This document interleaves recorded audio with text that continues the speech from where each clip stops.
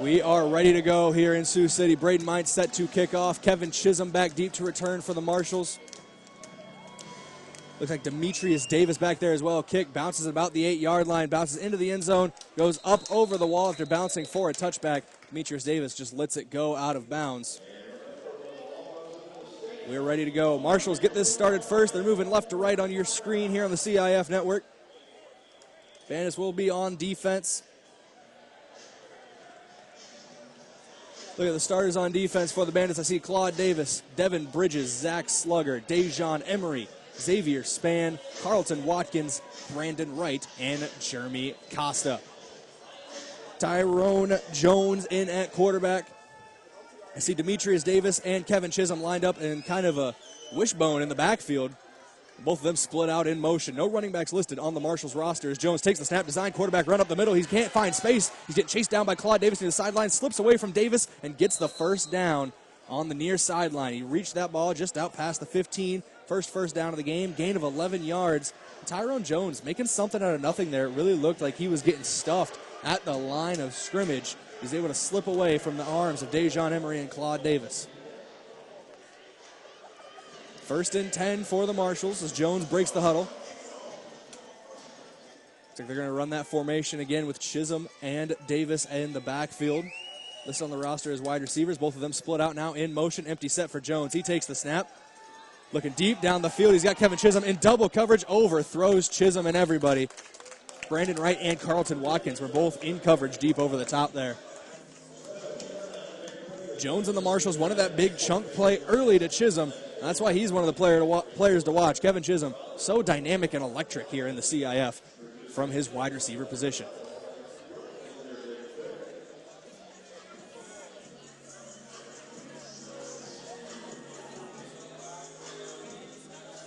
Four men in the backfield here.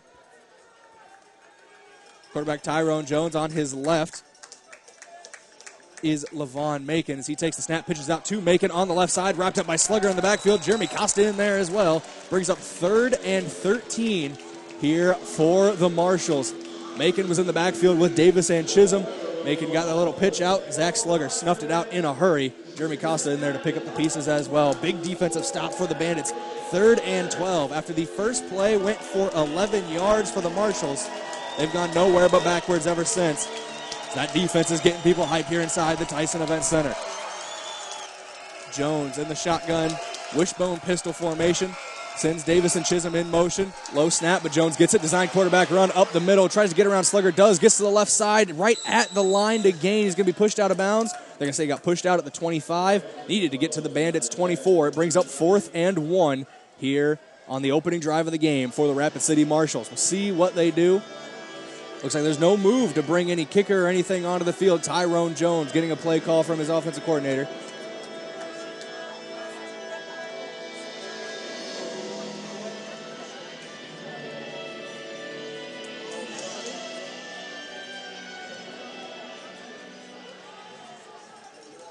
Jones in the shotgun once again. He's got Macon on his left, Davis and Chisholm behind him. Davis and Chisholm riding out to the right. Handoff up the gut to Macon. Pushes him forward. No. Did he get there? He did. He just got enough. Got pushed in the back by Tyrone Jones as Jones handed the ball off, and that little shove probably propelled him forward. Just getting enough for the first down. It brings up 1st and 10 for the Marshals at the Bandits' 24-yard line. 11-20 and counting officially here in the first quarter of this game. This is the opening game for the Bandits and the Marshals in CIF play. Both of them 1-0 on the season in non-league play as the Marshals defeated the Fargo Invaders and the Bandits defeated the Tri-State Tridents. Chisholm and Davis out to the right in motion. Jones takes the snap, looking over the middle of the field, has some times, fires off the chest of Brandon Wright. You can see Brandon Wright upset with himself, immediately hitting some push-ups. You see that a lot from this Bandits defense. They make a mistake, they immediately drop to the floor and give some push-ups. Brandon Wright very visibly upset with himself, dropping that one, just hitting off the shoulder pads right in his chest as it fell to the turf.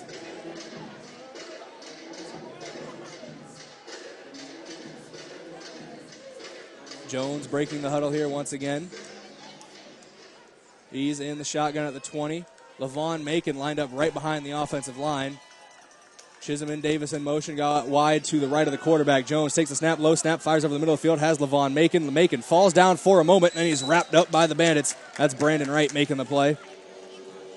Brandon Wright, the 5'10", 180-pound defensive back out of Midland, had 4 tackles and a pass breakup last week in the opening game against the Tridents. Brings up third down again here for the Marshals. This one a little more manageable than their last one, a 3rd and 12. This one's looking like 3rd and 8.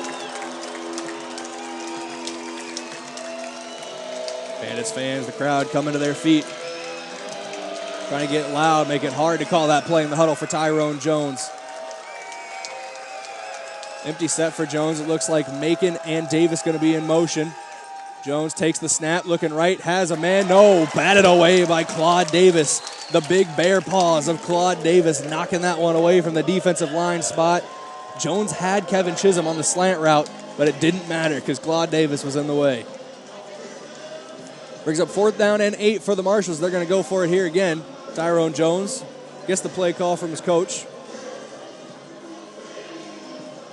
Heading into the huddle here, trying to make something happen.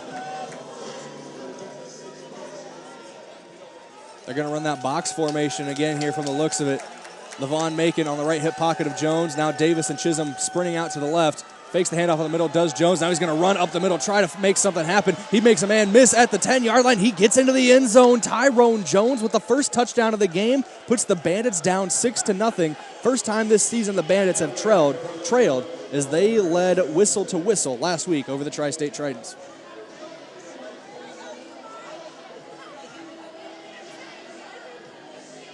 Marshals are going to go for 3 here from the 5-yard line. For those of you not familiar with the new extra point rules in the CIF, obviously you kick it from the 2-yard line for 1 extra point. You go for it from the 2-yard line for 2 extra points. You can go from the 5 for 3. You can go for it from the 10 for 4. But once you declare what you're doing, you are stuck in that. So if the Marshals were to get a penalty here, push them back 5 yards, they'd have to go for it from the 10-yard line, but still only have a shot at 3 points. Shotgun here for Jones. Chisholm and Davis now in motion as Jones takes the snap. Forced to roll out to his right. He's trying to get away from Dejon Emory, and Dejon Emory rips him down from behind by his jersey. You're not getting away from the man that is Dejon Emory when he's got a hold of you like that. 8:50 to go here in the first quarter. The Marshals do strike first as they lead 6-0 after a touchdown run by Tyrone Jones. Jones was able to get shifty on the touchdown run, but he wasn't able to get shifty enough to get away from Emory on that one.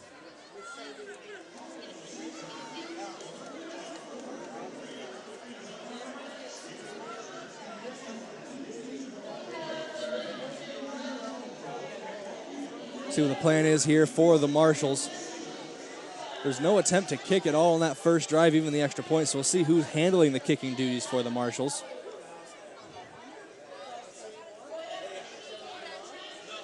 From the looks of it, looks like they've delegated that to number 54, Jack Robinson, a defensive lineman for this team. Robinson, 6'2", 280, wearing the number 54.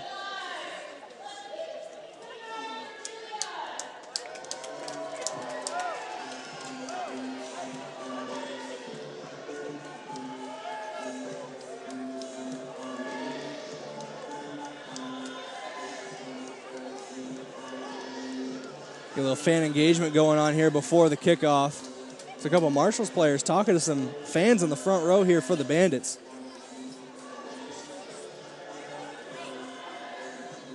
See everybody kind of loose and relax, trying to maintain their energy. The Bandits do trail the Marshals 6-0 here with 8:50 to go in the first quarter. Tyrone Jones broke the scoring deadlock with a touchdown run.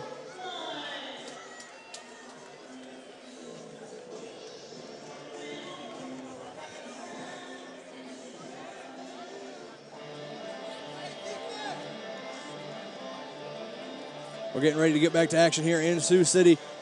You're watching Sioux City Bandits football here on the CIF Network. I am Braden Butler.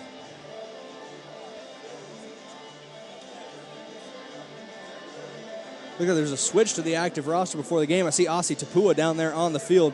Was listed as inactive before the game, but I guess that changed going into game time. Good to see him on the field, though. Tapua out of Briar Cliff wearing the number 8 for the Bandits defense. He's out here on special teams. Robinson lines up to kick it here. Back deep to return for the Bandits are Drew Prohaska and Damon Powell. Robinson, low-driven kick, spiraling towards Powell, who receives it at his own 2-yard line. He's trying to go right up the middle. Gets tripped up by one of his own players before falling to the turf. Powell's down. He's hurt. Something you don't want to see here. One of your most dynamic receivers in Damon Powell on the first play of the league season, or the first kick return of the league season, going down with a leg injury from the looks of it. He's kind of reaching for that left leg. He did get a player shoved back into him. He is back up on his feet here in Sioux City. Got a little bit of help, but he is walking off the field on his own power. You always want hope. Best case scenario is it's just a stinger, kind of a shock factor for Powell feeling that hit. Powell takes a seat. And if he has to miss considerable time in this game, we'll see how the offense does. Taz Wilson in at quarterback. Looks like Jivan Brown and Fred Bruno going to be in motion. Prohaska split out wide to the left, Shepard to the right. Wilson takes his first snap as a Sioux City Bandit. He's going deep down the field, and Fred Bruno just overthrew him. That's what I mean about that timing, getting acclimated with your receivers. It's tough to do in over a couple days. Had Fred Bruno deep down the left side, just missed him. Taz Wilson was trying to introduce himself to the CIF in a hurry. Could have had it there. See what Wilson brings into the offense here. Looks like Wilson's going to go under center here. Daniel Small, the center for the Bandits. Prohaska, the deep back. Ball fumbled from the center on the exchange from Small to Wilson. That's another aspect of the game, is that timing between the center and the quarterback. It's hard to develop.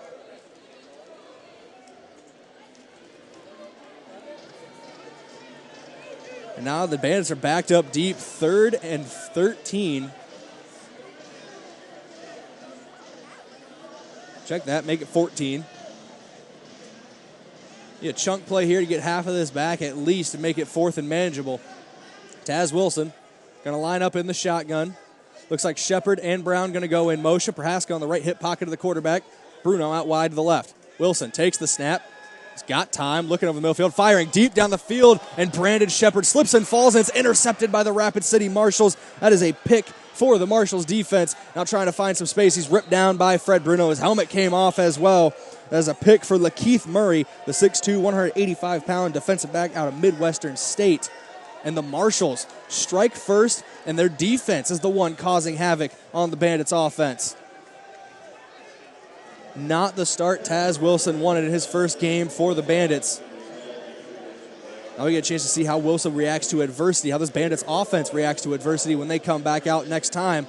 We also get to see how this Bandits' defense reacts after giving up 6 on the opening drive. Tyrone Jones in at center once again. Levon Macon on his left. Demetrius Davis and Kevin Chisholm farther behind him. Looks like they will be the ones going in motion, and they do, both of them to the right of the quarterback. Jones takes the snap, fakes the handoff, read option. He's trying to get space on the left side, gets away from Zach Slugger, meets Brandon Wright along the boards. He's pushed out of bounds, looks like just at the line to gain. They're going to give it to him. He's going to bring a fresh set of downs for the Rapid City Marshals. 1st and 10 from their own 15-yard line for the Marshals.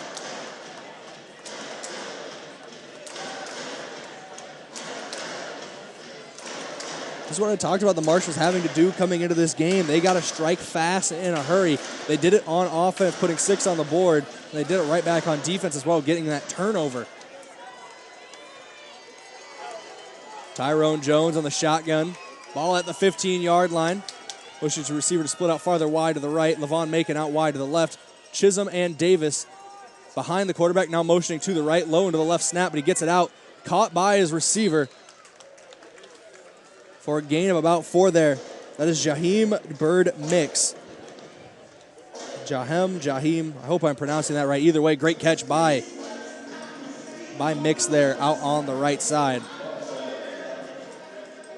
Brings up 2nd and 6 here for the Marshals. 5:46 and counting to go in this first quarter. They do lead 6-0 due Rapid City here. The set's going to go empty for Jones. He sends Chisholm and Davis in motion again. Low snap. Bridges gets in the backfield, forced to roll to his right. And now Tyrone Jones is running free down the right sideline. It's another 6 on the board for Tyrone Jones as he gets into the end zone. And the Bandits, the fans, the defense, the players, the coaching staff are stunned as the Rapid City Marshals have come out here and hit them in the mouth to go up 12-0. 5:26 to go still in the first quarter.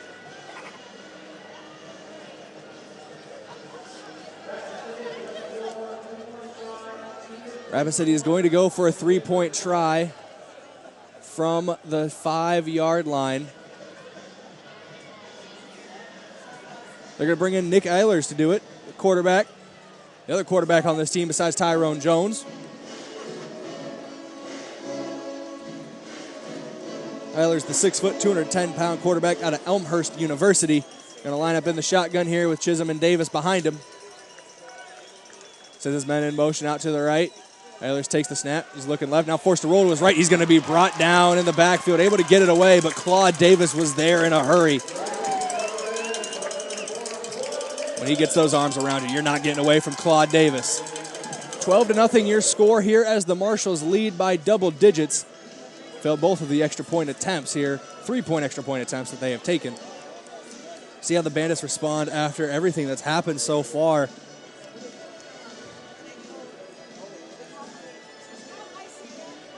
It's been an awful, terrible, no good, very bad start to the day for the Bandits defensively and offensively. See what the offense can respond here after this. Jack Robinson to kick once again for the Marshals. Looks like Fred Bruno going back deep to return.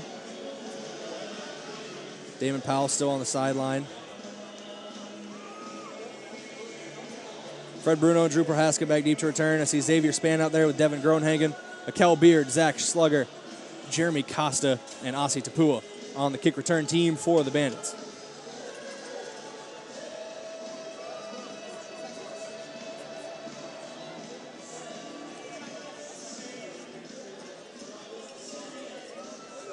Robinson tees the ball up now. Getting it set just right.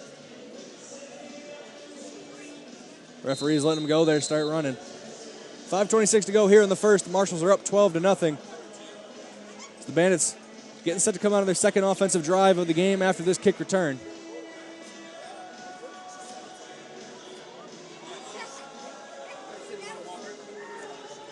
Robinson with the kick. End over end kick. Going to find his way to Fred Bruno at the 2-yard line. He's got lead blockers trying to get down the right side. He's upended at the 20. Gets forward to the 21, 22-yard line. Bruno's back to his feet, though. He's going to stay out on the field. I see Braden Mines out on the field as well.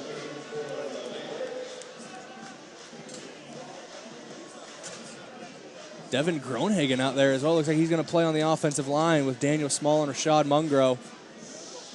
Braden Mines out there as a potential wide receiver. See Taz Wilson, the quarterback, Brandon Shepard, Fred Bruno, and Drew Prohaska. Those are your 8 on the field for the Bandits. As Taz Wilson's in an empty set, Mites and Bruno are going to go in motion. Wilson sends his men to the line. Takes the snap, low snap, fires quick, right side, finds Braden Mines. Gets down to the ground. Mines with the catch, able to go through with a hit, too. He got popped as he was going through to the ground there. Good play, though, for the Bandits, just getting positive yards. There were no positive plays on that opening drive. This brings up 2nd and 3 from the Rapid City 21-yard line.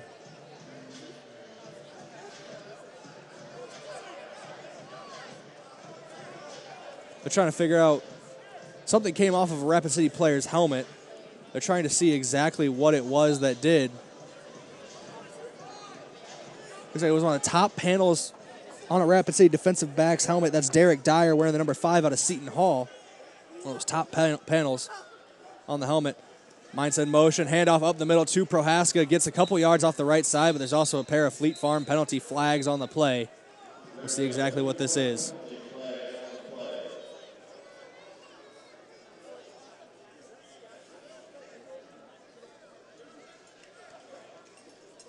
Waiting on official ruling here from the ref.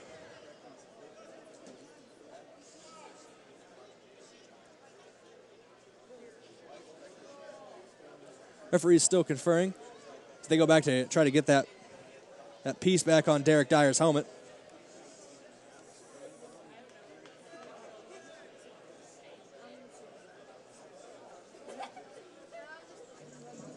Still waiting on an official ruling from the referees. Marshals do lead this one 12-0 over the Bandits.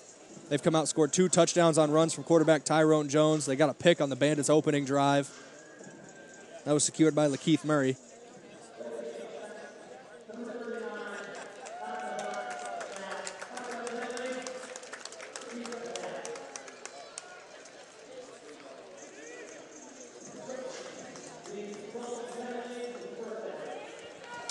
Penalty goes against the Rapid City Marshals defense. That's going to go against Ducey Burwell out of Robert Morris.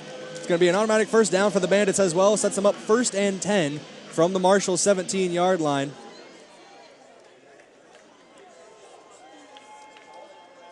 So they couldn't get that piece to go back on the helmet of Derek Dyer, but simply cosmetic. Doesn't hurt his safety at all, which is a good thing here in the CIF. Shotgun formation for Wilson. He takes the snap, high snap, trying to find someone over the middle of the field. Look at right side to the end zone. Braden Mines in double coverage, doesn't matter. Survives through the hit. As we got a cowbell right next to us here in the booth. Great play there by Braden Mines, securing that touchdown. The first touchdown pass of his Bandits career for Taz Wilson. And of course, he finds the Swiss Army knife Braden Mines for 6.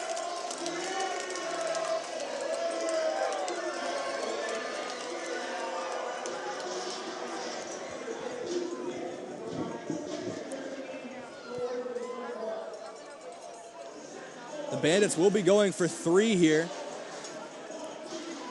from the 5-yard line. It would make this a 3-point game where the Bandits could tie with a potential field goal later on. Wilson out on the field. Mines at receiver. Shepard at receiver. Bruno at receiver as well. Prohaska on his left hip pocket. Wilson quick to the line. Sends his man to the line.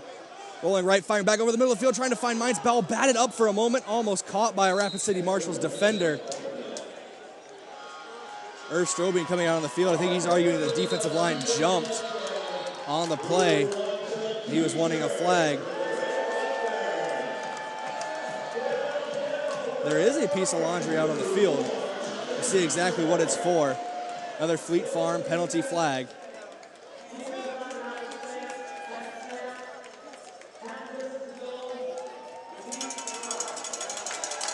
They will repeat the point after try, half the distance to the goal. Still going for 3 are the Bandits. It works both ways. A penalty against the defense means the Bandits can still try from 3 from the 2.5-yard line. Taz Wilson in the shotgun again. Prohaska on his right hip pocket. Mungro, Small, and Groenhagen, the offensive lineman. So Bruno's on the line of scrimmage. Mines and Shepard out to the quarterback's right. In motion. Wilson takes the snap, trying to find some opening. Shepard falls to the ground high and points it in the back of the end zone to Braden Mines. Put 3 more on the board for Braden Mines. And we got some flags down here on the field. There was an altercation and exchanging of pleasantries after the play between a couple players. Another Fleet Farm penalty flag on the field. As it stands, 12-9 is your score. Bandits within 3 of the Marshals as the referees huddle.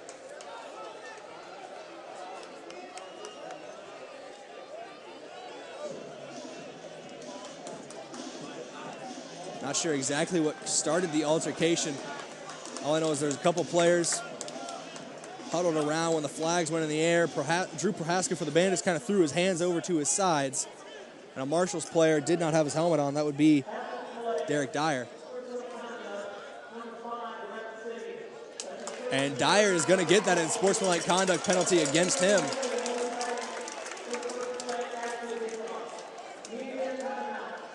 That penalty will be assessed after the kickoff here. 12-9 is your score with 4:06 remaining officially here in the CIF, on the CIF network. I'm Braden Butler. Thank you all for joining me tonight for Sioux City Bandits football. They currently trail the Marshals by 3.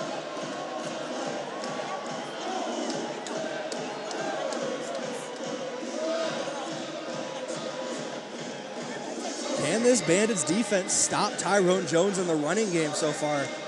I have to switch to a QB spy with the linebacker, not letting Jones get any space.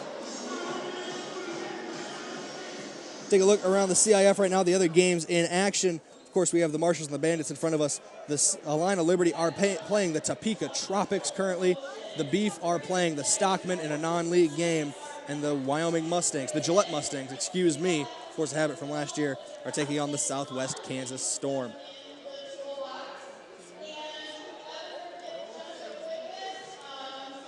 So another set of fan engagement on this one.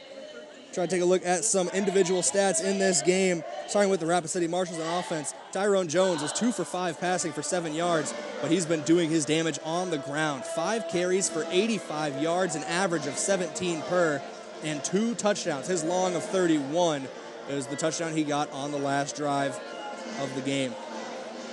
Looking offensively for the Bandits, it's a tale of 2 drives for Taz Wilson as he went 0 for 2 on his first drive, 2 for 2 on his second. He's 2 for 4 on the game. 24 yards total, 1 touchdown, 1 interception. His both catches have been by Braden Mines for 24 total yards, his long of 16 and a touchdown, which got the Bandits on the board here. Add in the 3-point conversion for Mines. He's been doing it all. In the rushing game for the Bandits, only 1 carry total for Drew Prohaska, ended in -3 yards. Defensively for the Bandits, Brandon Wright currently leading the team in tackles with 3. Devin Bridges has 2. Xavier Spann, Zach Slugger, and Jeremy Costa all have 1. Pass breakups on the game as well for Brandon Wright and Claude Davis.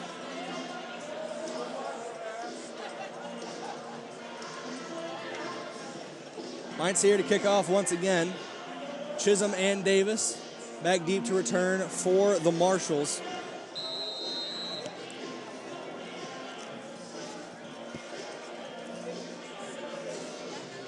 High end over end kick, arcing towards the uprights, just missing him to the right.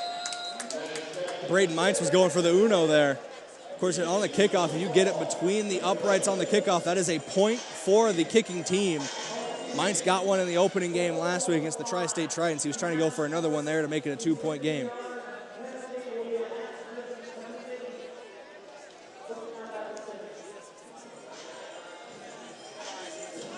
And with that 15-yard penalty as well that would be assessed for the unsportsmanlike conduct by Derek Dyer, why not go for it? Why you run the risk of starting the game at the midfield stripe, or starting the drive at the midfield stripe. However, with the penalty, that kind of negates it. So you might as well try for it, as it looks like the Marshals will start at their own 12-yard line.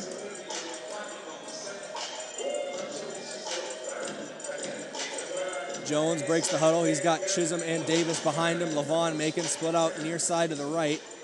Wide to the left is Bird Mix.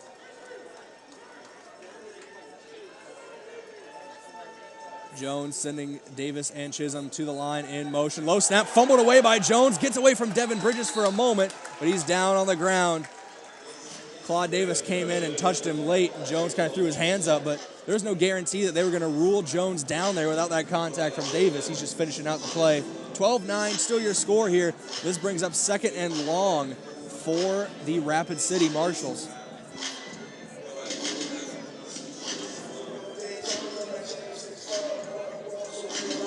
I'll say about 2nd and 15 here inside Fleet Farm Arena within the Tyson Event Center. Jones going to line up with the shotgun again, making out wide to the left. Bird Mix out wide to the right. Chisholm and Davis in the backfield, sends them both in the motion to the right side. Jones takes the snap, forces a step up in the pocket, tries to scramble away, has some space right side, wrapped up by Zach Slugger, trying to get away, reaches forward. Looks like he's going to get to about the 18-yard line. Big run there by Tyrone Jones, brings up 3rd and manageable after that QB scramble. The pressure forcing Jones to step up in the pocket and able to scramble away.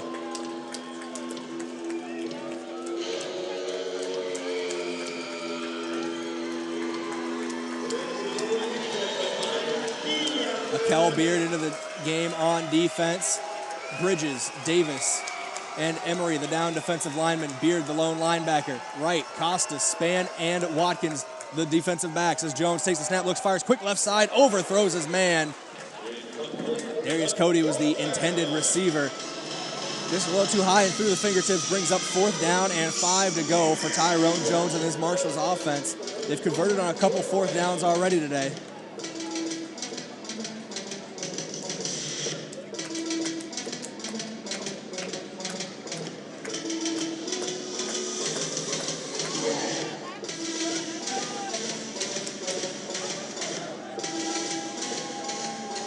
Jones getting to the line.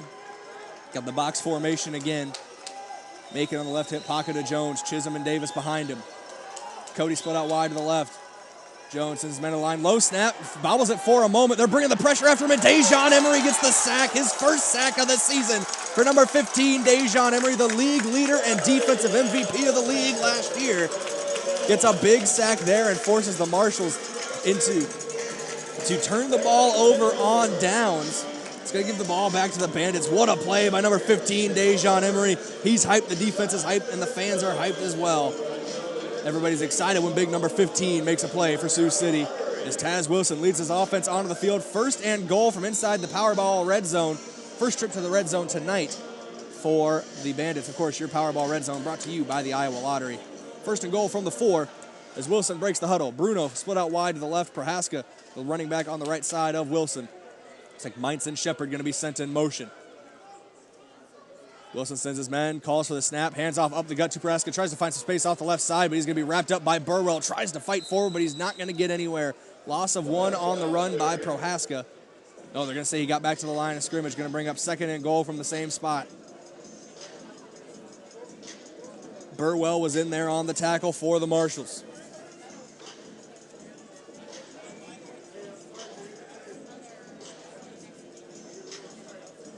Wilson bringing the play into his team. Play clock under 20 seconds to go. Still plenty of time as Wilson breaks the huddle. Looks like he's going to line up underneath his center, Daniel Small. Wilson sends his men to the line. Snap, pitch out. Prohaska right side. Has some blocks. Puts a shoulder down. Gets popped, but fights for a couple of yards. Drew Prohaska gets maybe 2 yards on the play. Brings up third and goal here from the Bandits.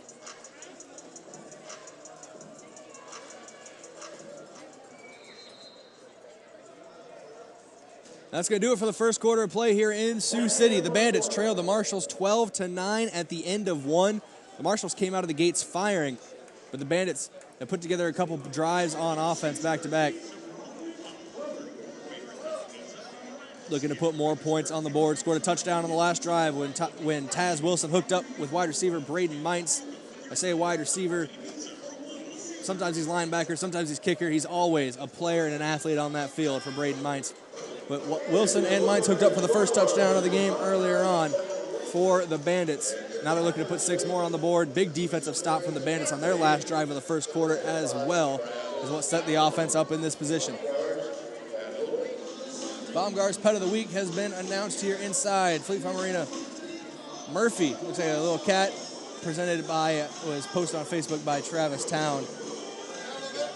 As a cat owner myself, I relate. I'm a big fan of cats. What can I say? Cats, dogs, fish. My mother has a bearded dragon, so yeah, any animal. I'm a lover of pets. Bring them my way. Get ready to go here in the second quarter. 12-9, the Marshals lead the Bandits, but the Bandits are knocking on the door of 6 as Taz Wilson relaying the play to his team as we get ready to start quarter number 2. Shepard's going to line up out wide to the right. Bruno and Mines are going to be sent in motion. Prohaska on the right hip pocket of the quarterback, Wilson. Wilson sends his men to the line. Design quarterback run off the right side for Taz Wilson. Caught down at the knees, tries to fall and spin forward, but he only gets about a yard. It's going to bring up 4th and goal from the Powerball red zone. Ball's going to be spotted about the 1.5 yard line here.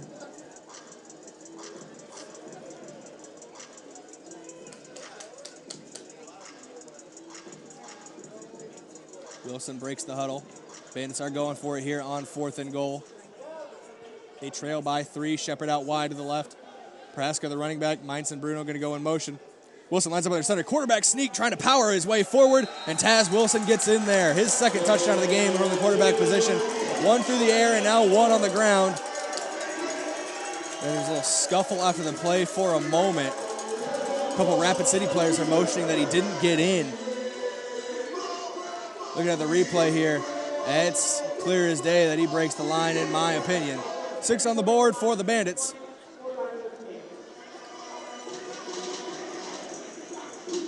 And the Bandits are going to go for a 3-point extra point play. 15-12 your score as it stands. Could be 18-12 if the Bandits get this, as Taz Wilson's bringing in the play from his offensive coordinator, Scott Jensen. Jensen took over in the offseason after Jared DeGeorgia retired.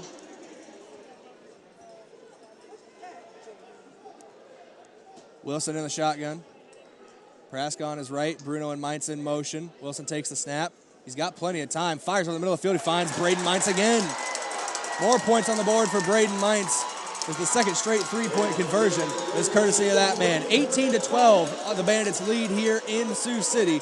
They got the 6-point advantage with 13:34 remaining here in the second quarter over the Rapid City Marshals.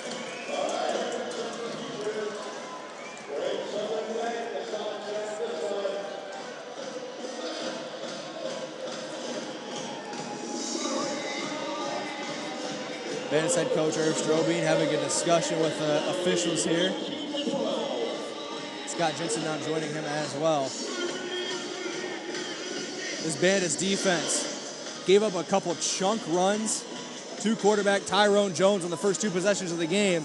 But they really stood firm and stood tall on the last drive. So they forced a turnover on downs and gave their offense the ball at the 4-yard line, which eventually led to 6.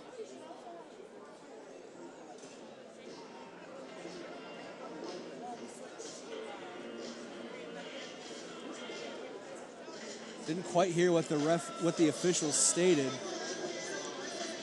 A couple of them are running down the tunnel right now, including the head official. We'll see what they officially report when they get back out here on the field.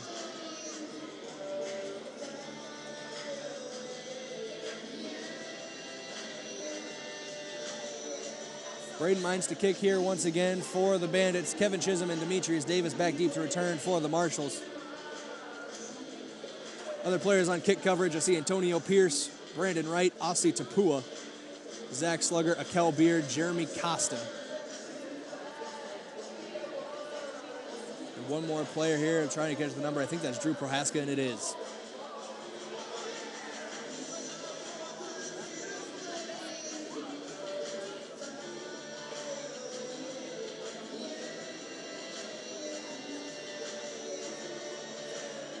See down on the sideline, Taz Wilson kind of wrapped his arms around the big shoulders of Daniel Small. Trying to gain that rapport with his teammates. Is Taz Wilson got to lead this team.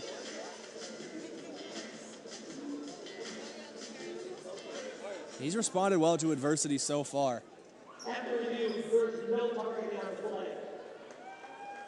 There was a review for targeting on the three-point conversion attempt by the Bandits.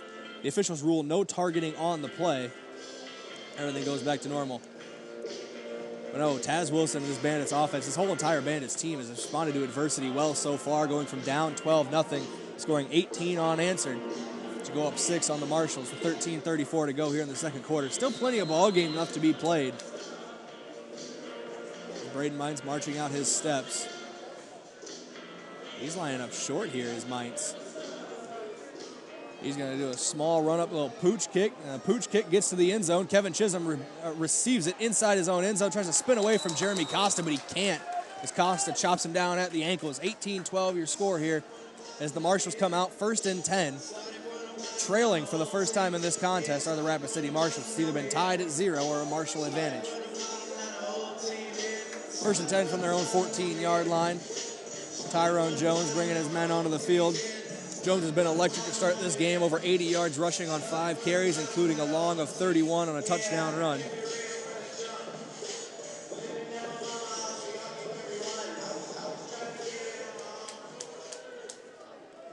Jones in the shotgun. Levon Macon on his right hip pocket. Behind him in the box, now in motion, Chisholm and Davis. Fakes the handoff to Macon. Read option off the right side. He slides down. He saw Carlton Watkins with a full head of steam coming at him. Tyrone Jones thought for his safety there. Sliding down. It brings up 2nd down. About 3 or 4 here.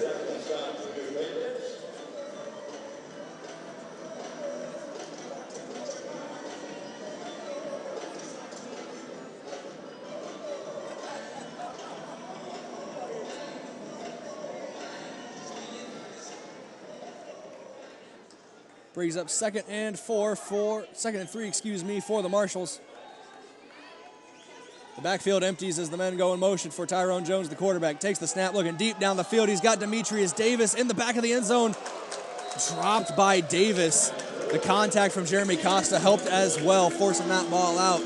Brings up 3rd and 3 for the Marshals offense. Davis had a step, couldn't bring it in, and then the contact between Costa and the wall popped that ball loose.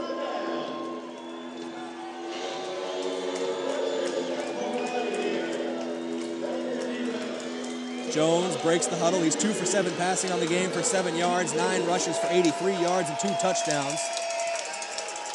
Jones has been dynamic. They need at least 4 yards here if they want a first down. Jones, handoff up the gut to Macon. He's got some space left side, trying to get away. Cuts back inside, makes a man miss. Ripped down from behind by Xavier Spann. Spann was trying to rip the ball away. A couple Bandits players asking for holding on that play. Looked like Xavier Spann was almost going to rip that ball out as well as he was bringing down the running back, Levon Macon. Zach Slugger checking into the game. 2 linebackers set for the Bandits as Slugger and Beard are in. Watkins, Spann, and at defensive back, as well as Brandon Wright. We got a timeout, however, on the field. Be a media timeout in here as well. Perfect time to take a look at your stats on the game. I know we just talked about Tyrone Jones' stats, 2 for 7 for 7 yards passing, 9 carries for 83 yards and 2 touchdowns. Levon Macon, after that run, has 23 yards on the ground with a long of 25 on that carry. Bird Mix has 1 catch for 4 yards. Macon has the other for 3 yards. On the defensive end for the Marshals, they're led in tackling by Derek Dyer with 3. Keith Murray and Tanner Stewart have 2. Murray also has an interception on the game. And then Ducey Burwell and Derek Millsap each have 1 tackle apiece. Switch over to the Bandits here on offense. Taz Wilson is 2 for 4 passing, 24 yards, 1 touchdown, 1 pick in his Bandits debut. The rushing game has not really been able to get going for the Bandits as Wilson leads in the rushing category. 2 carries for 2 yards and a touchdown. Prohaska currently held to -1 yard total on 3 carries. Braden Mines has caught both the completions from Taz Wilson. 2 catches for him for 24 yards and a touchdown, a long of 16 on the day. Defensive stats for the Bandits. Devin Bridges and Brandon Wright tied for the team lead in tackles with 3 apiece. Slugger, Spann, and Jeremy Costa each have 2, as well as Dejon Emory. Frederick Bruno has 1 on a kick return, has 1 on the interception return, and Akel Beard has 1 as well. 3 TFLs in the game for the Bandits as well. 1 for Zach Slugger, 1 for Devin Bridges, and 1 for Dejon Emory. That TFL was a sack, the first of the season for number 15, Dejon Emory, the reigning league defensive MVP in the CIF. We're back to action here on the field as Jones takes the snap. Fakes the handoff up the middle to Macon. Meeting at the 2-yard line. Both Watkins and Jones lose their helmet, but Jones gets into the end zone. We got some flags and a whistles on the play after the action. We can see the meeting again in the hole. Watkins and Jones losing their helmets. It was ruled a touchdown on the field. We'll see if these flags offset that at all. These are Fleet Farm penalty flags here. 10:51 to go as it stands 18-12 Bandits lead. That could be 18 all. This is ruled 6 on the touchdown. Referees still conferring.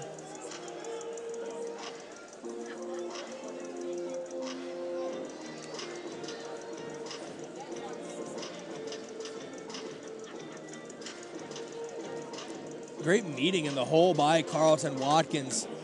Laying the pop on the quarterback, Tyrone Jones. Both their helmets coming off. Maybe made the hit look a little more violent than it actually was down on the field.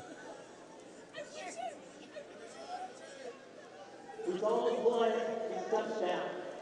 Illegal defense, number 22, moving at the snap. That penalty is declined.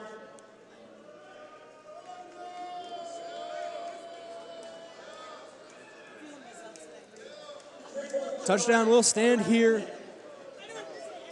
Touchdowns will stand here for the Marshals. We're tied back up at 18 apiece pending the extra point attempt. It will be from the 5-yard line again as the Marshals are going for 3. This could put them up 21-18 here with 10:51 to go in the first half.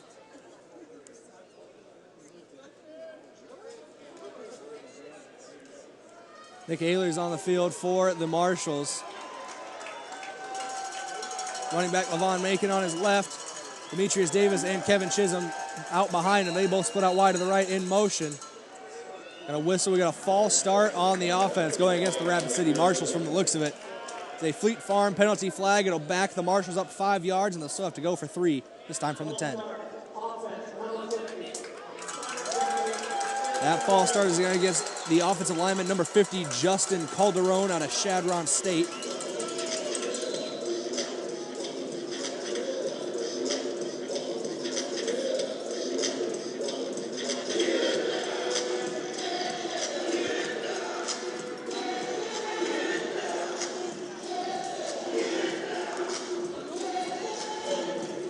Three-point play opportunity from the 10-yard line.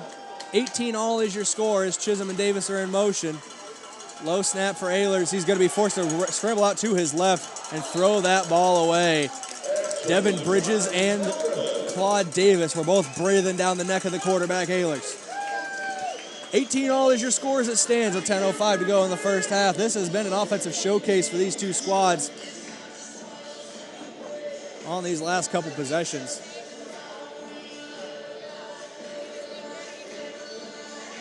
It shows the importance of these extra point attempts. The Marshals have 3 touchdowns to the Bandits 2, but we are tied here at 18 apiece because the Marshals are 0 for 3 on extra point attempts from the 5-yard line for 3 points. The Bandits are 2 for 2 on theirs. Getting 9 points per scoring drive are the Bandits, 6 points per scoring drive are the Marshals. That's how crucial this new rule change is. If teams can execute, it gives them an advantage. Robinson the kick here once again for the Marshals. We get to see Taz Wilson and the Bandits offense come out on the field after. Unless this is a house call by potentially Fred Bruno or Drew Prohaska.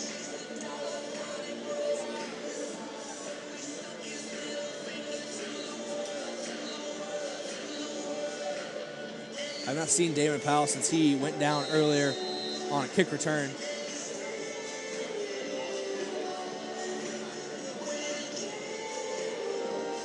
Robinson with the run up high, end over end kick, sailing towards Bruno, who catches it at the 2-yard line. Bruno cutting left side, gets away from one man. He's got space down the left sideline, across the midfield stripe, inside the 15 before he's pushed out of bounds by a couple of Marshals. But Fred Bruno showing how explosive he can be still in the open field.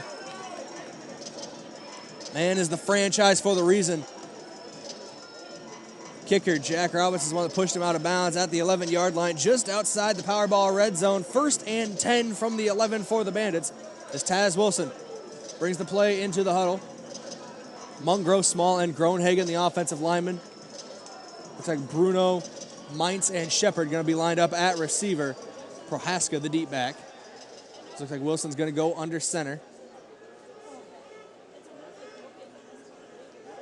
Was going to send his men in motion, takes the snap, fumbles the snap, and it gets away. Bruno trying to get to the ball, and it's going to be picked up by the Marshals. Whistles blew. Derek Dyer was able to get up with the ball and continue running, but whistles blew on the play.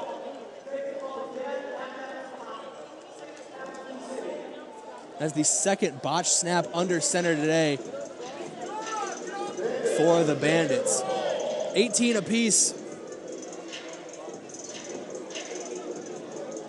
No, they're going to say the ball hit the boards and went out of bounds before anybody recovered it, so it will remain Bandits' possession. Lucky break in an unfortunate set of circumstances brings up 2nd down from the 19-yard line. I think the Marshals want to review this.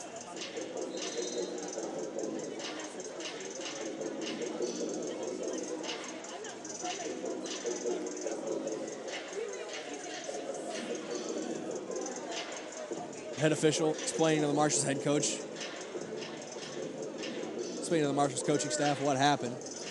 It will be 2nd down here for the Bandits from the Marshals 19-yard line, but you need to get to the 1-yard line for a 1st down, so you might as well just be thinking end zone.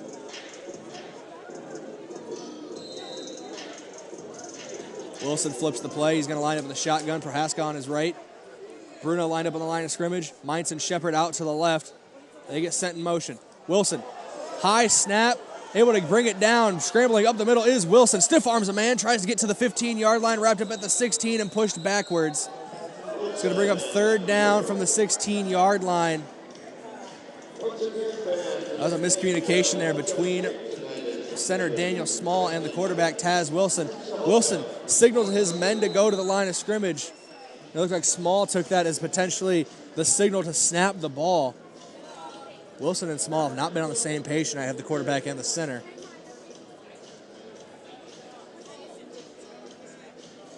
Do have a player out on a knee for the Marshals. Look at this, their starting linebacker, Ducey Burwell. So now he takes a seat at the 17-yard line.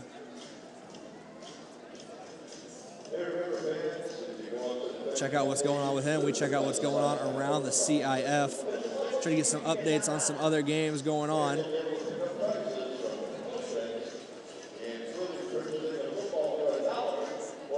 We have a live score update from Salina and Topeka. That game kicked off around 6:30. Says that one is still 0-0. No stats yet recorded.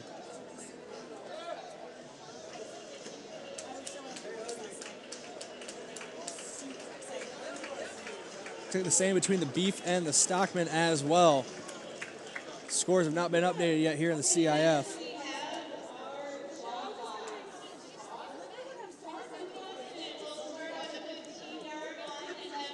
You know, the fan engagement segment here. It looks like Ducey Burwell is going to be taken off the field. He's going to go down the tunnel, get checked out by the medical staff. Not something you want to see if you are the Marshals. Burwell, starting linebacker, and a leader in the middle of the defense. We're all tied up at 18 apiece here with 8:14 to go in the first half.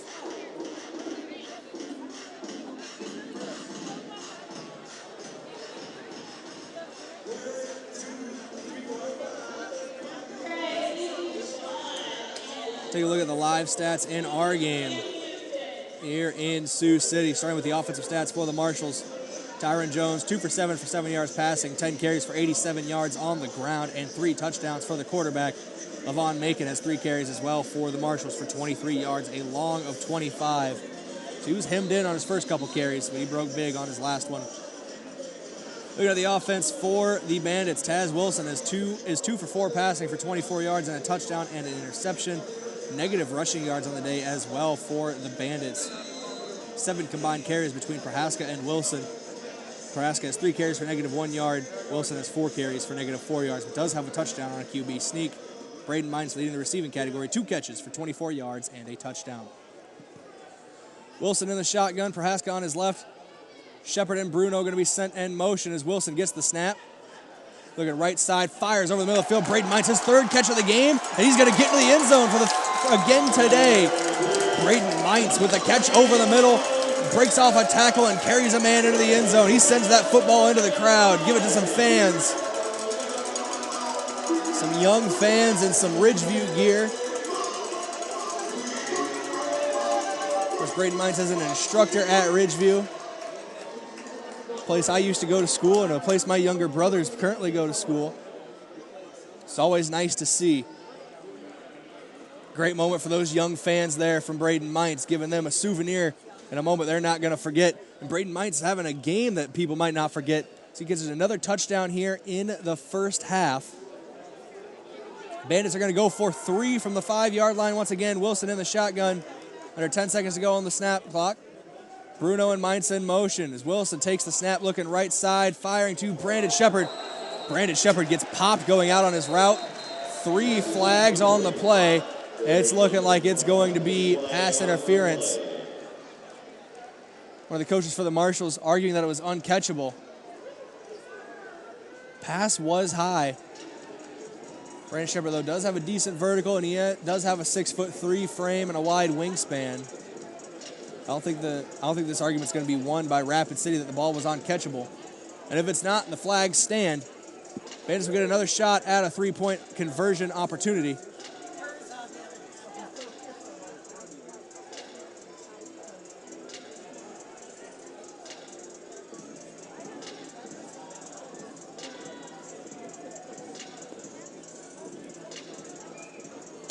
Waiting on the official ruling from the referee, but you got to assume it's pass interference with all that contact. And it is. Pass interference on the defense.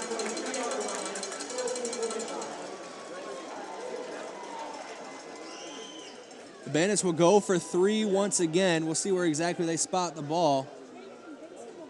It's the second time on a 3-point conversion attempt that the Bandits have gotten, that the Marshals have committed a penalty. The Bandits are going to get it at the 2-yard line. Wilson going to line up under center here.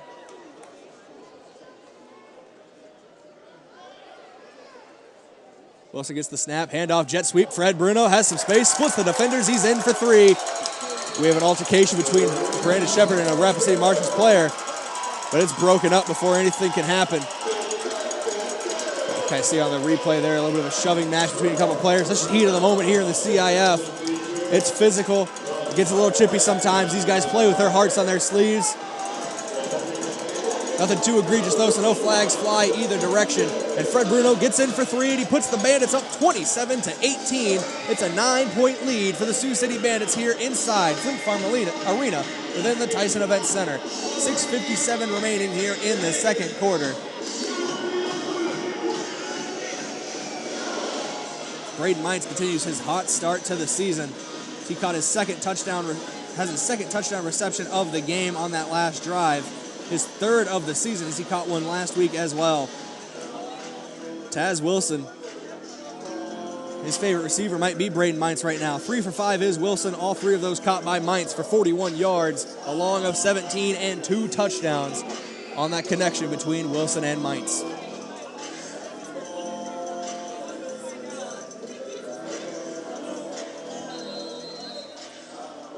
Mines is going to take his short set here. Not going to get the full run up. Puts his leg through it. High end over end kick. Demetrius Davis fading back into his end zone to receive it. He does. He brings it out. Slugger gets away from him for a moment, but Davis is eventually brought down from behind by a combination of Drew Prohaska, Zach Slugger. Aussie Tapu was in there as well as Akel Beard. A lot of Bandits were in there. A whole gang of Bandits was in on that tackle. Now the defense coming back out on the field. Dejon Emory on the field. Claude Davis. You see Aussie Tapua, Zach Slugger, Xavier Spann, Carlton Watkins, Brandon Wright, and Jeremy Costa. These are your 8 on the field for this Bandits defense.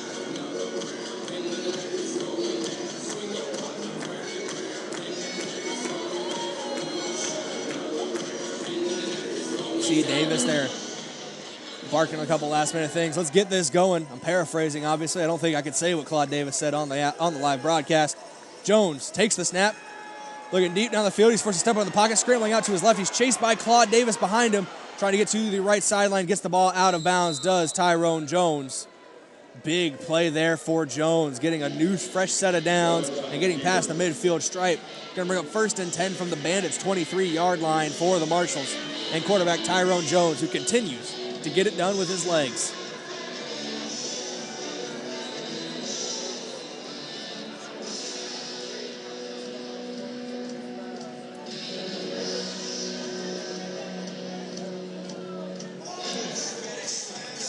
Jones breaking the huddle. You got that box formation in the backfield once again. Levon Macon on the right hip pocket of Jones. Chisholm and Davis deeper behind him. They both go in motion. They go out wide to the left this time. Jones is over 100 yards rushing on the game after that last carry. Jones rolling out to his right, trying to find an opening. Fires over the middle of the field. Has Kevin Chisholm wrapped up in a hurry by Brandon Wright. It's going to be a 1st down, though, for the Marshals. Good wrap by Wright, but good job by Get Open for Kevin Chisholm. 27-18 still your score here in Sioux City, Iowa. 5:10 to go in the first half. Thank you for joining me here on the Sioux City for Sioux City Bandits football on the CIF network. I'll get there eventually, I promise. Jones in the shotgun, Macon on his right. Davis and Chisholm in motion. Jones going to fake the handoff, read option, right side, has some space, get around the defense. He's going to find his way to the sideline, get out of bounds. Another decent carry there for Tyrone Jones. As I mentioned, he's over 100 yards rushing on the game. We're still just in the first half.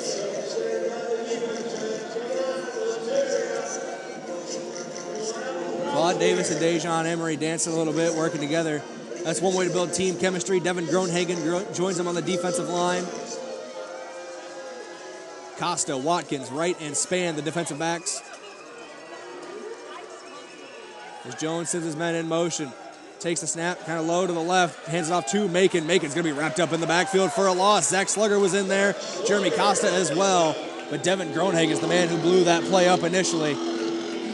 Oh, D-line blew it up, but Groenhagen was the first to touch the running back, Macon. Before Slugger came in and finished off the tackle. Kel Beard checking into the game. Jeremy Costa coming out. 2 linebacker setup, it looks like, for the Bandits. Slugger and Beard, the linebackers, as Jones breaks the huddle. Shotgun formation once again for Tyrone Jones.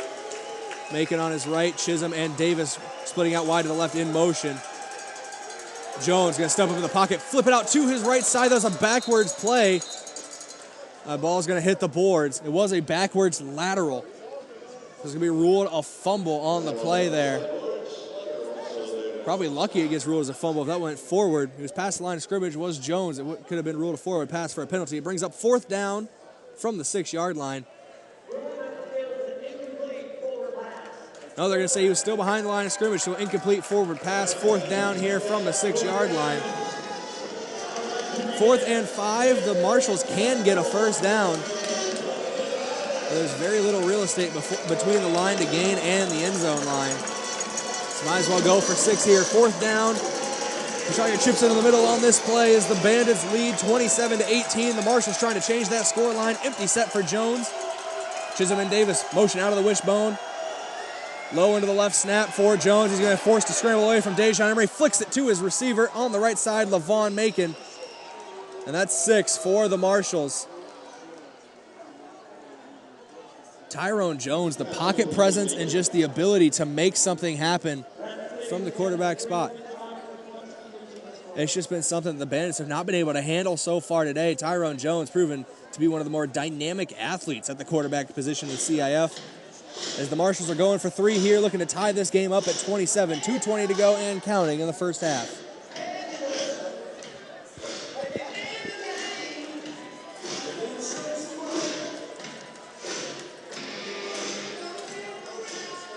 Jones on the shotgun with Macon on his left.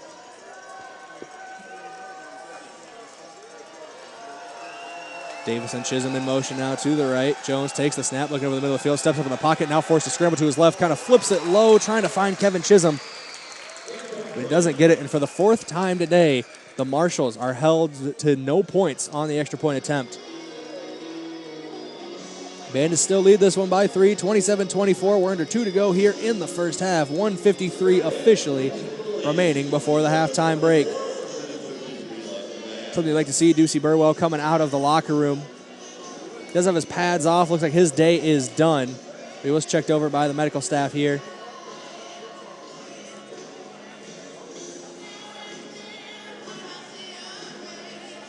So he's going to go back to his locker room now. Maybe get some of his stuff out of his locker.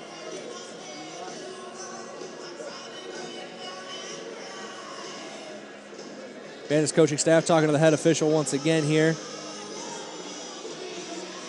As the Marshals have come out and proved that they might be something to deal with in the CIF this season.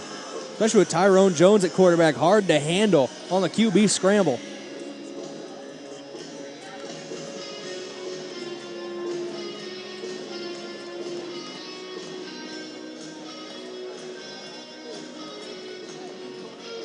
In a league that has seen some great quarterback signings over the last week. Of course, Taz Wilson. It's been talked about already what he did in the IFL last season in 6 games for the Massachusetts Pirates. Also announced on March 1st, former Nebraska Cornhusker quarterback Tommy Armstrong was signed to the Beef. High end over end kick here, pooch kick. Going to be received by Span at about the 14-yard line. Span has some space up the middle. Fred Bruno, the lead blocker, down the left side as Xavier Span has munched into the boards, excuse me. It's going to bring up 1st and goal from inside the Powerball red zone, presented to you by the Iowa Lottery.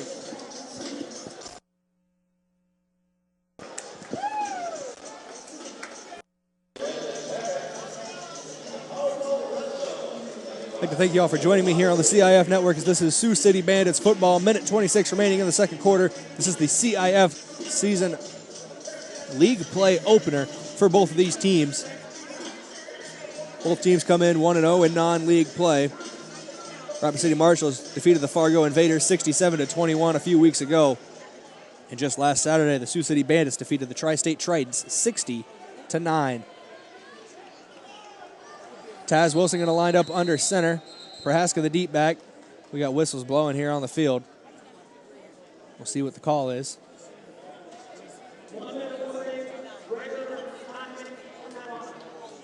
It's the 1 minute warning here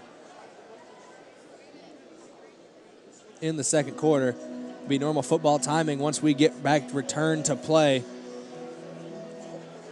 With this break in the action, a reminder, it is Winnebago Youth and Family Night here inside the Tyson Event Center, presented by Ho Chunk Incorporated. Great time to look at the stats here on the game. Once again, we're talking about the individual stats often throughout the day, so let's look at some of the team stats. The Marshals have 10 first downs on the day, 8 on the ground. The Bandits only having 4. Marshals are only 1 for 5 on third down, but they are 3 for 4 on fourth down. The Bandits 1 for 3 on third and 1 for 1 on fourth. Marshals have run 26 total plays for 158 total yards. The Bandits have only run 12 for 36 total yards, yet they lead this game by 3. Of course, a couple turnovers as well. Taz Wilson did throw a pick on the opening drive of the game for the Bandits as he lines up under center. Wilson gets the snap, fakes the handoff, bootleg to the right. Wilson fires back of the end zone. Looks like a miscommunication there. Not sure which receiver Wilson was looking for. So get a look at the replay here. Maybe he thought it was going to Fred Bruno in the back of the end zone, and Brandon Shepard thought it was going to him. It's the route congestion in the end zone here when you get down to these tight spaces in the red zone. Brings up second and goal from the Powerball red zone, brought to you by the Iowa Lottery. The Bandits are lined up at the 6-yard line. Between the 5 and the 6-yard line, to be exact. 27-24, they do lead by 3 here.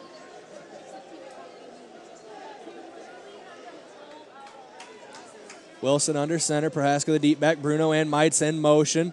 Wilson maybe doesn't get the handoff off in time, so he's forced to run up the middle of the field, gets a couple of yards on the quarterback run. And offensive coordinator Scott Jensen is calling for a timeout, but there's a player down on the field for the Marshals.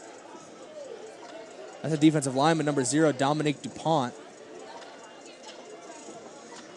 It's another key defensive player here for the Marshals who is down with an injury.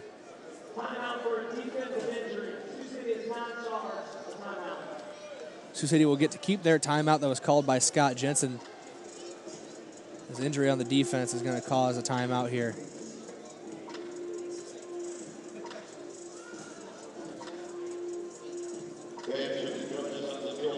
Looked like a play where Wilson was supposed to hand off to Bruno on the jet sweep, but just the timing wasn't quite down. I can kind of see the left leg of Dominique DuPont gets rolled up on there by a defensive lineman for the Marshals.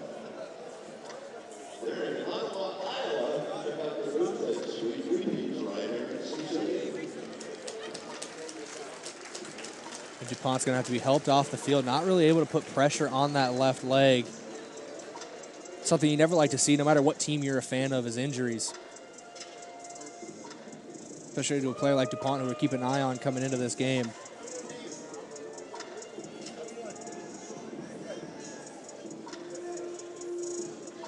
You got to hope that at worst it's a sprain, maybe a high ankle sprain, but you never like to see someone unable to put any pressure on their leg at all. So he's helped back to the locker room. Hope for a speedy recovery for DuPont for whatever it is as we're getting ready to go back to action here in Sioux City. 47 seconds to go in the first half. Taz Wilson lines up under center.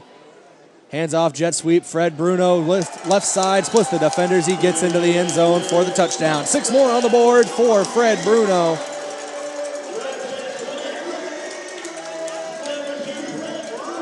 That's going to put the Bandits up 33-24 pending the extra point.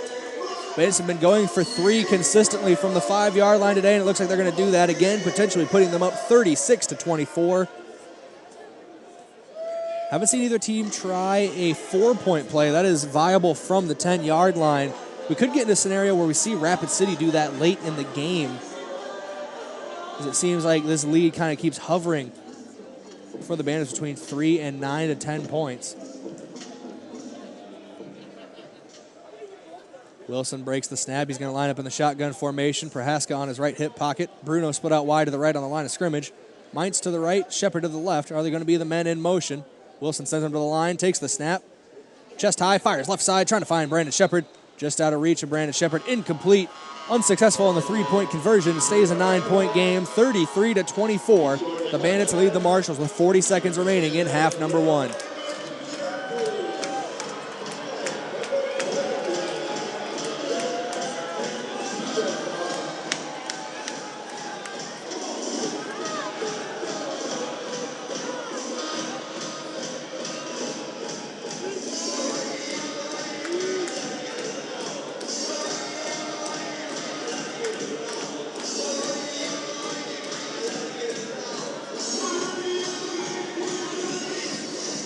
Take a look at the individual stats once again there after that. Scoring drive by the Bandits on a jet sweep by Fred Bruno, getting into the end zone for 6.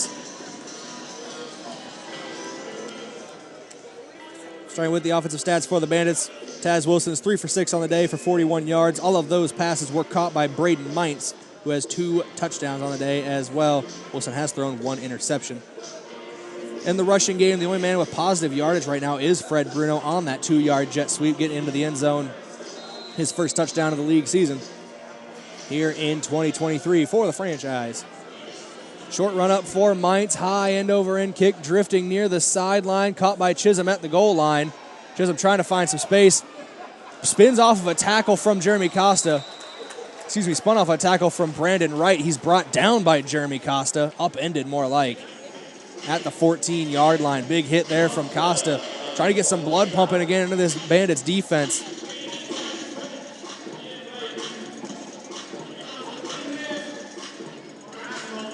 On the field for the Bandits defensively, Dejon Emory, Claude Davis, Akel Beard, Devin Bridges, Jeremy Costa, Xavier Spann, Carlton Watkins, and Brandon Wright.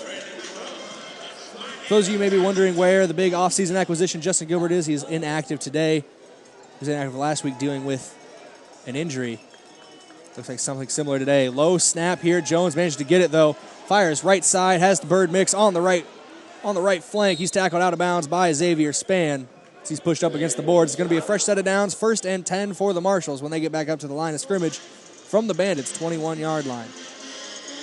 Scratch that, make it 22-yard line.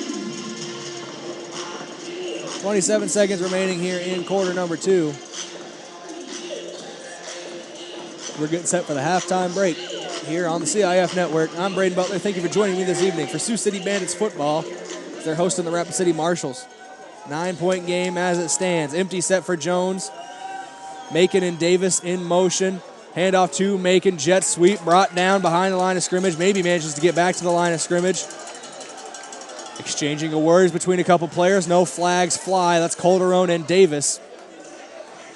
Big play, though, for the Bandits, getting that tackle back at the line of scrimmage. Levon Macon had no running room there as he was brought down. 12 seconds remaining here in the second quarter. We're going to get a timeout, it looks like, from Rapid City.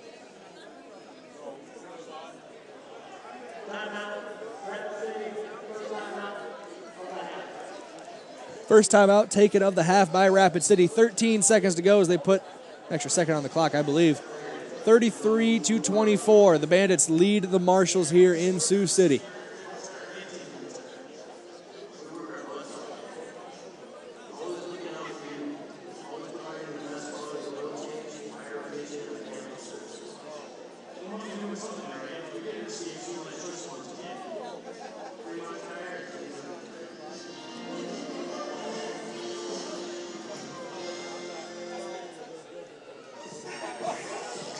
The low band giving his defenses their marching orders.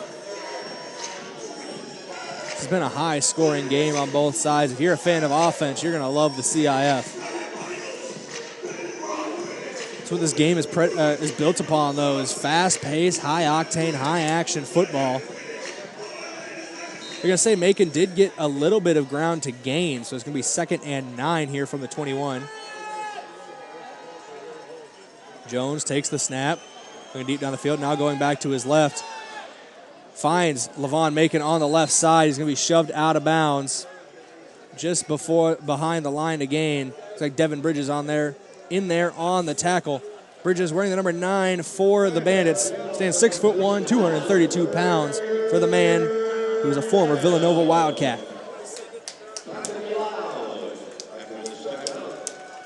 Third and short here for the Marshals as the Bandits look to stand tall once again. Currently a 9-point game, only 7 seconds remaining here in quarter number 2.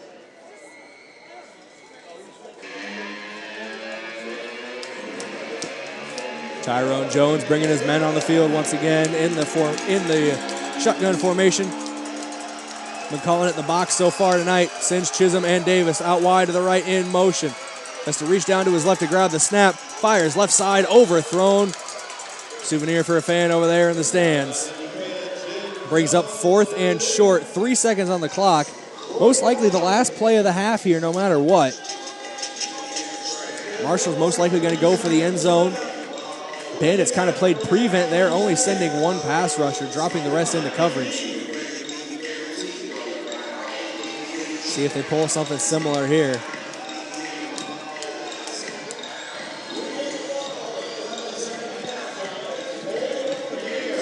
No matter what, there's not really going to be enough time left on the clock for the Bandits to get the ball back for their offense. So this will be the last play of the second half. And the Marshals are taking too long to get the play, and the play clock ticked under 7 seconds to go, and it's going to be a timeout for the Rapid City Marshals. Their 3rd and final timeout of this first half.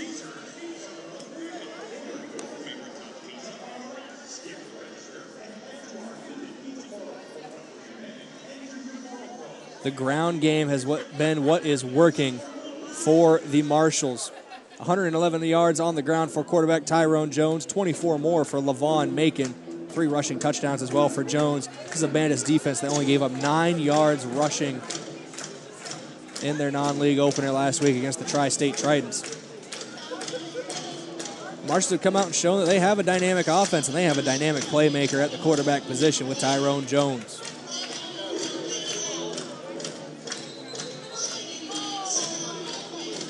Defensively for the Bandits, Devin Bridges and Xavier Spanner tied for the team lead and tackle with 5 apiece. Brandon Wright, Jeremy Costa, and Zach Slugger each have 4. Dejon Emory behind them with 3, including a sack, which is a 14-yard loss when he got to Tyrone Jones for his first sack of the season. Jones in the shotgun, Macon on his left. Davis and Chisholm deep behind him. Kevin Chisholm and Demetrius Davis in motion to the right side. We get another whistle here. Could be for the Bandits. Coach Marlon Loban wanted to see what the Marshals had drawn up during the timeout, and then he's going to draw up his own defense to go up against it.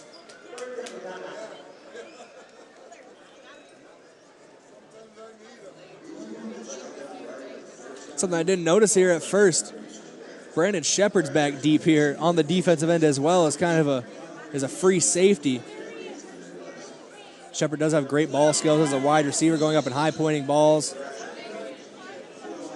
He's great body control as well. So he's someone you can use as kind of a center fielder here on the defense, just trying to cover the end zone.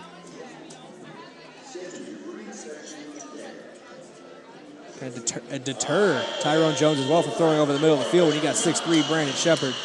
And you know how he is in the air going after the ball. Jones in the shotgun again. Once again running the box formation. Davis and Chisholm now split out wide to the left in motion. Snap goes to Jones. Got some pressure from his left side. Devin Bridges can't get there. Spins away. Kel Beard chasing him down. Now right side, Tyrone Jones trying to make something happen. So he pushed out of bounds at the 6-yard line. And that's going to end the first half. Jones managed to get away, make some magic with his feet, but not enough magic to get in for 6. 33-24 your score as we go to the halftime break. It's been the Tyrone Jones show for the Marshals, but the Bandits here lead by 9 as we go into the half. We'll have the halftime report coming up in a couple of minutes. You're watching Sioux City Bandits football on the CIF network. The fans who are seated around the boards, around field side.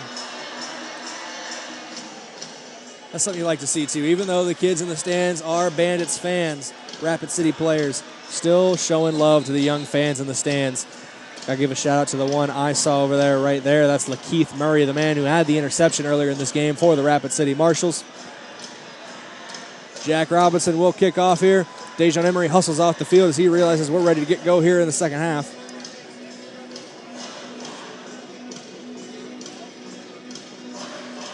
Looks like Xavier Spann and Drew Prohaska are going to be back deep to return. Fred Bruno and Devin Groenhagen on the receiving team as well as Braden Mines, Zach Slugger, Asi Tapua, and Jeremy Costa. Jack Robinson, the lineman for the Marshals, is set to kick off here. He's already got the ball teed up. He's just waiting for the signal that he can march off his steps and get it going. Takes his steps back. 2 steps to his left. Raise the hand. And Robinson's ready to go. He signals to his men. He starts his run up. Low driven kick, end over end, in the middle of the end zone, received by Drew Prohaska. He brings it out past the 5 to the 10, trying to get to the 20. Hops up and over, tries to anyway, gets cut down at the hamstring as he was trying to go up and over. Lakeith Murray, his 6'2" frame. He got low breaking down for the tackle, but didn't get low enough. Where Prohaska could get over him. Good return, however, for Drew Prohaska. 21-yard line is where they will spot this ball of the Bandits. 1st and 10 for Sioux City. So they got to get to the Marshals 19 for a fresh set of downs.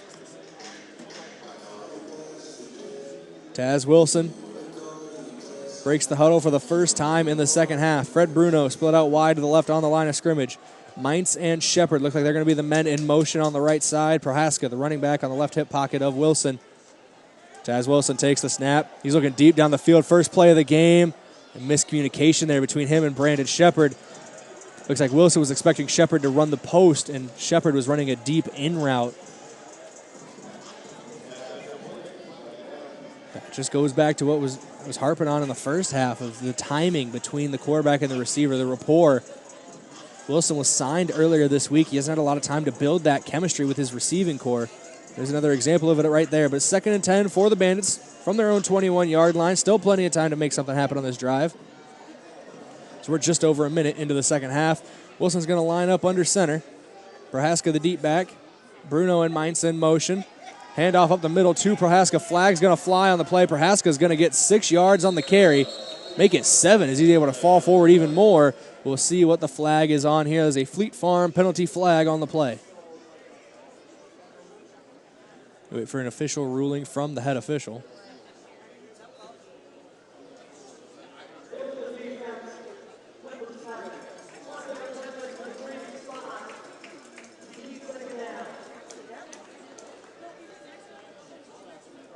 It's be an illegal defense penalty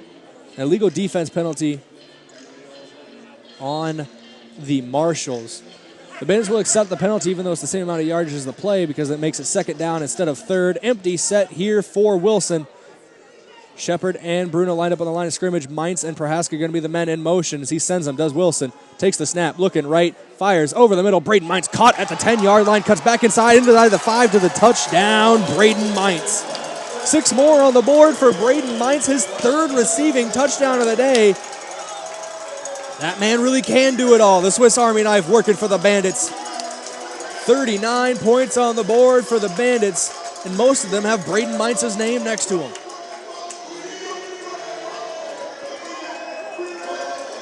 Bandits have been going for 3 consistently today.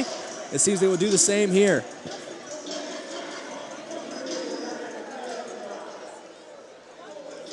Three-point conversion attempt from the 5-yard line for the Bandits as Taz Wilson breaks the huddle. Wilson in the shotgun, Prohaska on his left. Shepard and Mines out wide to the right in motion as Wilson sends them. Wilson takes the snap, kind of flutters the snap. We got a flag in the backfield. Wilson flicks it into the end zone. Fred Bruno goes up and over the boards to bring it down, and they say he was in.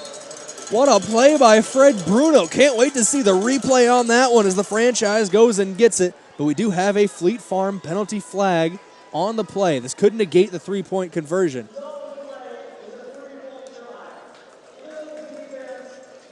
Is an illegal defense against the Rapid City Marshals. That penalty is declined, so it will be 3 points on the play for Fred Bruno as he was able to climb the ladder and get it going up and over the boards from the arm of Taz Wilson. 42-24 The Bandits taking a commanding lead here. 18-point advantage for Sioux City.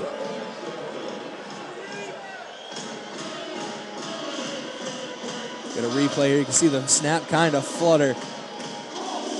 Athletic play made there by Bruno, going up and get it, kind of sitting on the board for a moment before getting pushed over by a couple Rapid City defenders. Great play by Bruno, hooking up with Taz Wilson for the 3 points. It goes without saying as well, the connection that Taz Wilson seems to have with Braden Mines is working very well, especially over the middle of the field. Mines just keeps finding the soft spot in the defense, and then from there, he's winning one-on-one battles to get to the end zone.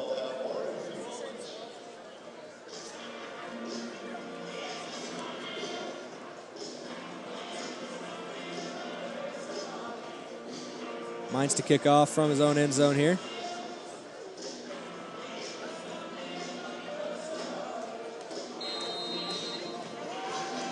He's going to take his short run up again. High end over end, drifting towards the end zone. Looks like Kevin Chisholm's going to get it at about the 4-yard line. Cut right side of the field, has some space. Chopped down, however, by Jeremy Costa.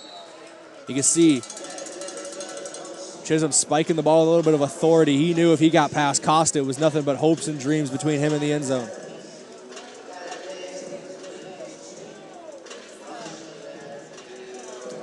Stepping on the field for the Bandits, Zach Slugger, Dejon Emory, Claude Davis, Devin Bridges.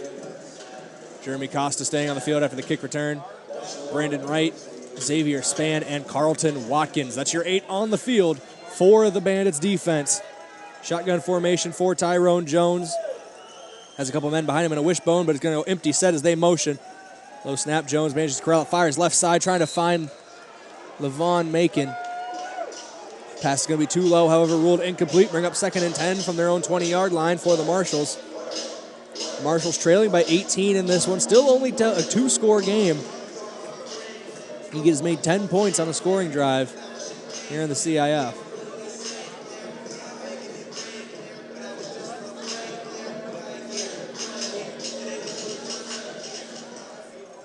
Tyrone Jones on the shotgun again. Chisholm and Davis behind him. They get sent in motion to the right side of the quarterback. Jones takes the snap, looking left side, has Levon Macon, and Macon drops it. He had it in his hands, maybe hearing the footsteps of Brandon Wright creeping down, breathing down his neck.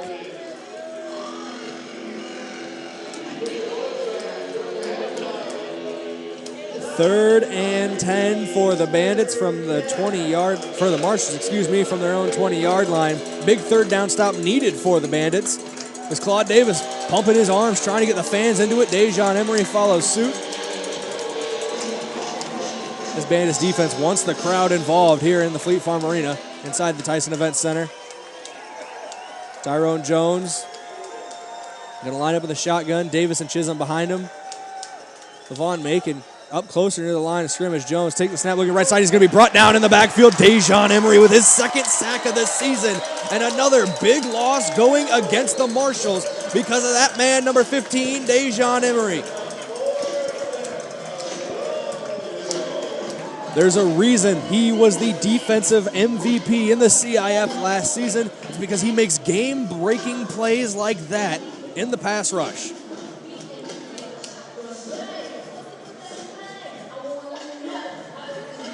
Fourth and a country mile, darn near 2 country miles for the Rapid City Marshals. They need to get to the Bandits' 20-yard line for a fresh set of downs. They're currently at their own 7. Jones in the shotgun, takes the snap. Look at right side. Flag is going to fly on the play. Flicks it out left side. Demetrius Davis, who's pushed up against the boards and out of bounds. We'll see what this Fleet Farm penalty flag means, however. It could negate the play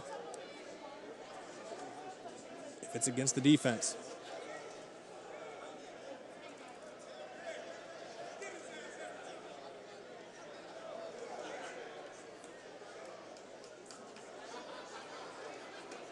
Just from the reaction of players and coaches on the field, it's going against the Bandits, it's going against Claude Davis.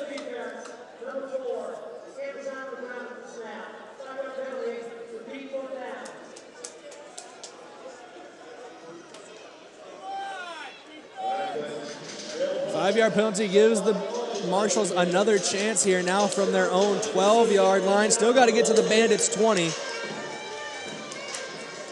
A little more manageable, though, about 4th and 18 compared to the 4th and 23.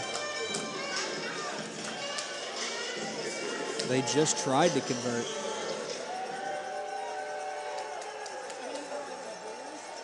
Tyrone Jones in the shotgun once again, sends his men to the line of scrimmage. Low snap, manages to snag it. He's got pressure up the middle, fires down the field, nobody there.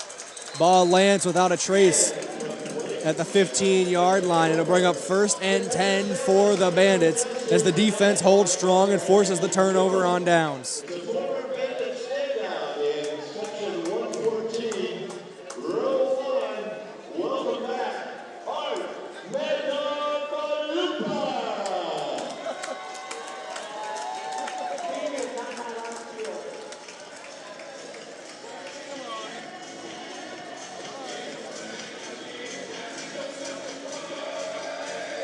Got an immediate timeout out here on the field. 9:06 remaining here in the 3rd quarter. Bandits leading 42-24. We did have the first official CIF season game go final earlier today. The Gillette Mustangs beat the Southwest Kansas Storm 30-12 in their contest. Last check, no score update since, but last check, Salina was leading Topeka 67-39 in the 4th quarter. So I try to get an update on that game.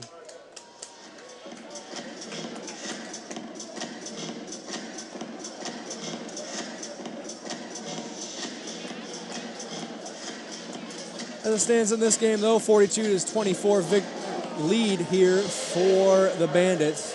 Don't want to put the cart before the horse and mince my words. Still plenty of ball game to be played, especially in the CIF.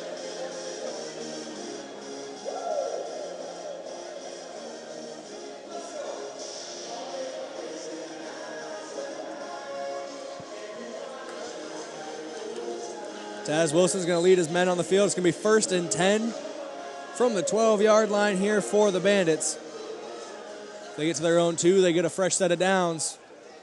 They're only 12 yards from the end zone. Handoff up the gut to Prohaska, wrapped up in the backfield by a couple Marshals defenders. He's going to go nowhere in a hurry. He's going to be brought down at the line of scrimmage. In there on the tackle for the Marshals defense was Derek Millsap, the 6'3", 225-pound player out of William Penn. Number 7, Tanner Stewart out of Bacone College was in there as well. Stewart, 6'3", 215. Playing as a defensive back linebacker hybrid from the looks of it. Wilson under center once again. Prohaska the deep back. Bruno and Shepard in motion. Miscommunication. Wilson's just going to go to the end zone. Brandon Shepard high points it in the back of the end zone.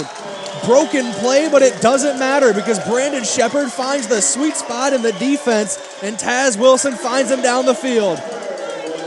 There's another combination that could be a lot of fun. It's Taz Wilson's first touchdown pass to someone not named Braden Mines, but Wilson has found the end zone multiple times today in his debut for the Bandits.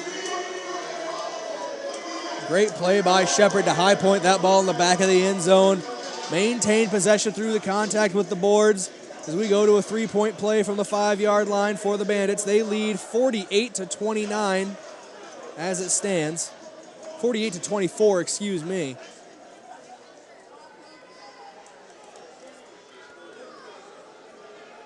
They're going for a 9-point play here if they can get this 3-point conversion. Mines and Shepard set to the line. Wilson drops back, stepping up, fires right side. Prohaska caught, end zone. 3-point conversion is good for the Bandits. They're up 51-24. They've come out in the second half, all guns firing on all cylinders.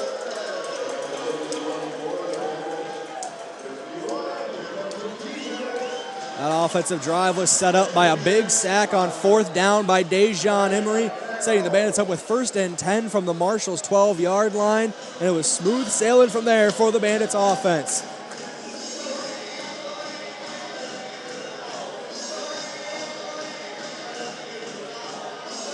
Love to see defensive coordinator Marlon Loban getting involved in the t-shirt toss after the touchdown. Tossing one to a couple young fans in the stands. It's always a great time. Get out here to a Sioux City Bandits game inside the Fleet Farm Arena within the Tyson Events Center. They'll be back at home next week. They'll play the Salina Liberty, the defending CIF champions. So you're going to be in person or tuned in on the CIF network for that one on YouTube. 7:26 to go here, third quarter of action, 51-24. Bandits lead the Marshals. Taz Wilson, since his first drive that never really got off the ground, has been fairly sensational, to say the least, for the Bandits. Multiple touchdowns all up on the board. As Mines high end-over-end kick. Received by Chisholm at the 2-yard line. Chisholm cuts right side, trying to find a gap, cuts back inside. He's got some blockers in front of him. He's eventually going to be wrapped up from behind by Antonio Pierce. Mikel Beard was there as well, but Pierce will get credited for the tackle.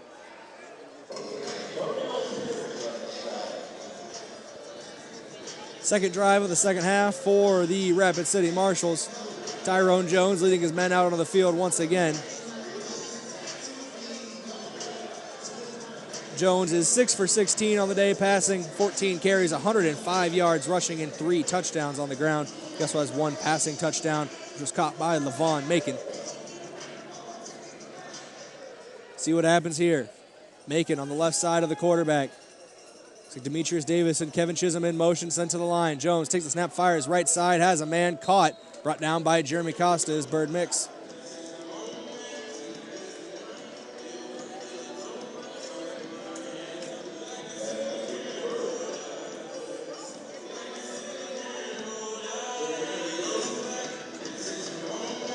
We got some defensive stats for the Bandits. 3 players have 5 tackles in this game. Dejon Emory, Xavier Spann, and Devin Bridges. Jeremy Costa currently leads the team with 6 tackles. Get more of these stats during the next break.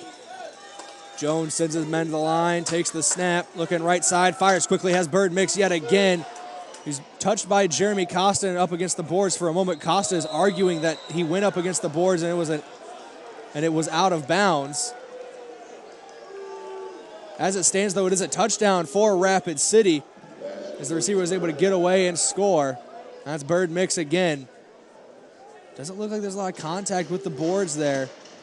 Sioux City might have an argument.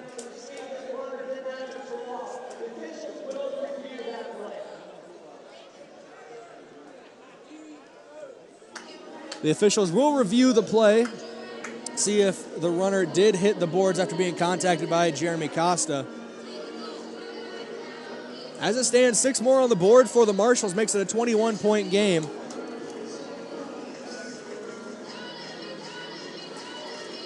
So we wait the official ruling on the review.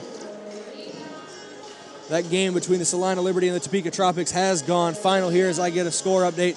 Salina were victorious, a 30-point victory for the defending CIF champions, 75-45 over the Topeka Tropics in that one. The Liberty and the Mustangs have opened their CIF seasons with victories. The Sioux City Bandits look to join them. So do the Marshals. It's a 21-point game. 6 minutes to go here in the third quarter. Still plenty of time for action to happen. Of course, this is all pending this play review. Ruled on the field as a touchdown for Bird Mix. Jeremy Costa, Xavier Spann, and most of the Sioux City defense arguing that when Costa contacted the runner, he hit the boards along the far side, along the near sideline, which would result in a runner out of bounds. Would still be 1st and 10 for the Marshals in good field position. Neither option is terrible right now for the Marshals, but 6 on the board is definitely the better option.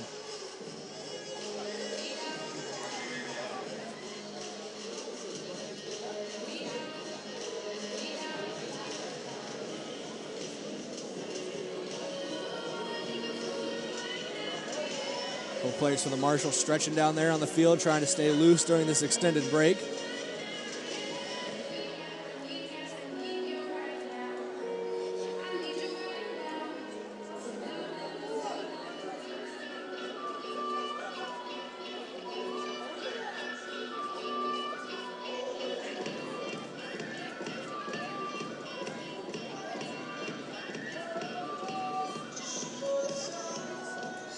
51-30, still your score pending this review. That is with the touchdown on the board. It is 51-30. It's tough telling. We'll see what the official ruling is from the referees here. They're hustling back out onto the floor, onto the field.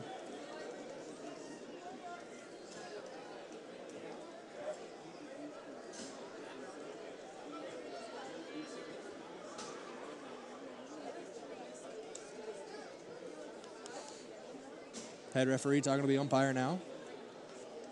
As we wait his official decision, bated breath.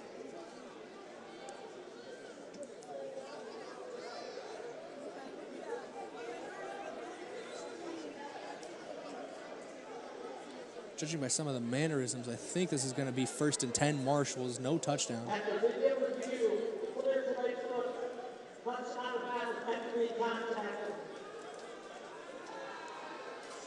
And it will be 1st down Rapid City. They'll take those 6 points off the board.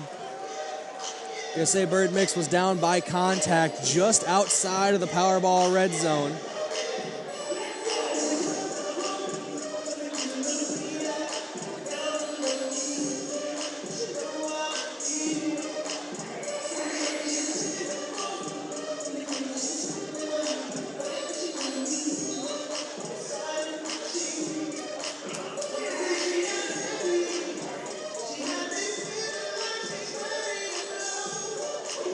First and 10 for the Marshals. Tyrone Jones in the shotgun formation. Chisholm and Davis behind him, both of them now in motion to the right side. Jones takes a snap design, quarterback draw. He's got Dejon Emory behind him. Spun around from behind by Dejon Emory as Akel Beard was coming over the top. Decent gain there by Tyrone Jones, excuse me. He's been dynamic with his legs today, has Jones. 3 rushing touchdowns for the quarterback for Rapid City. 3 rushing, 1 passing. Over 100 yards rushing as well. So he breaks the huddle. He's in the shotgun formation once again. Jones sends his men to the line, takes the snap.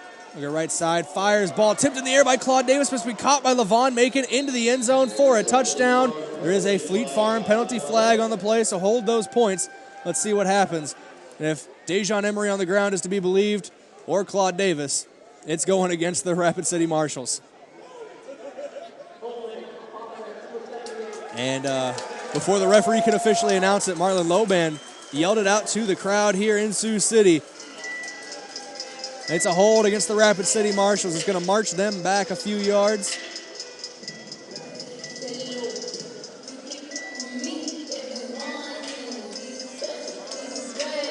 It's going to bring up 2nd down and long for the Marshals.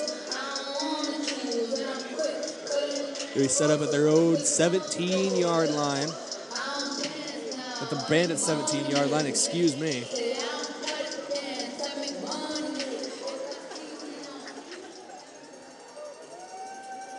4:30 to go here in the 3rd quarter. Under 5 to go on the play clock as Jones sends his men to the line. Takes a snap. Low snap. It's on the ground. It's on the turf. Claude Davis bearing down on Jones. Fires it right side. Incomplete. Jones fumbled the snap and then had 2 of the scariest defensive linemen in the CIF breathing down his neck with Claude Davis and Dejon Emory.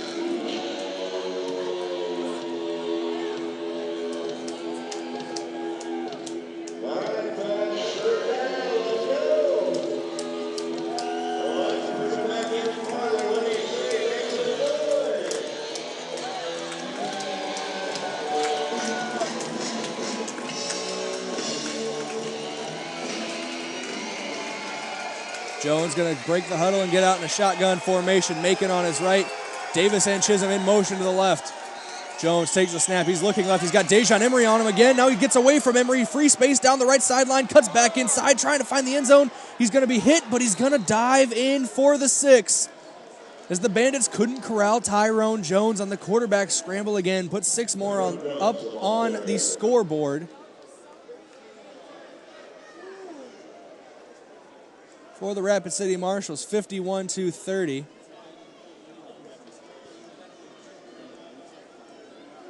Tyrone Jones goes almost sideline to sideline, cutting back across the field.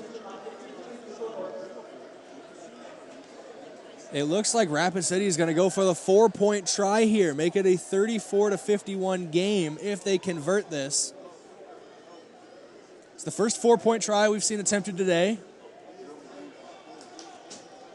Not sure if one happened in the other game, so I don't want to call it the first one in CIF play this season, but it's the first one I've seen. Jones takes the snap, trying to find someone in the middle of the field. He's going to be chased down by Dejon Emory. Right side, firing back, crossed his body. He gets it back of the end zone. Demetrius Davis, 4-4. And we have an altercation between Carlton Watkins and Demetrius Davis. Not sure who started it, but the referees are finishing it. 51-34 your score. Bandits lead over the Marshals as the Marshals convert the first 4-point play that I have seen in the CIF this season.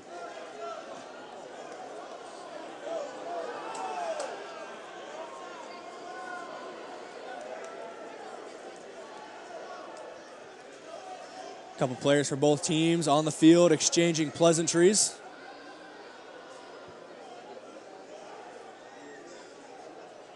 I don't think they're trying to figure out each other's birthdays for cards to send in the future.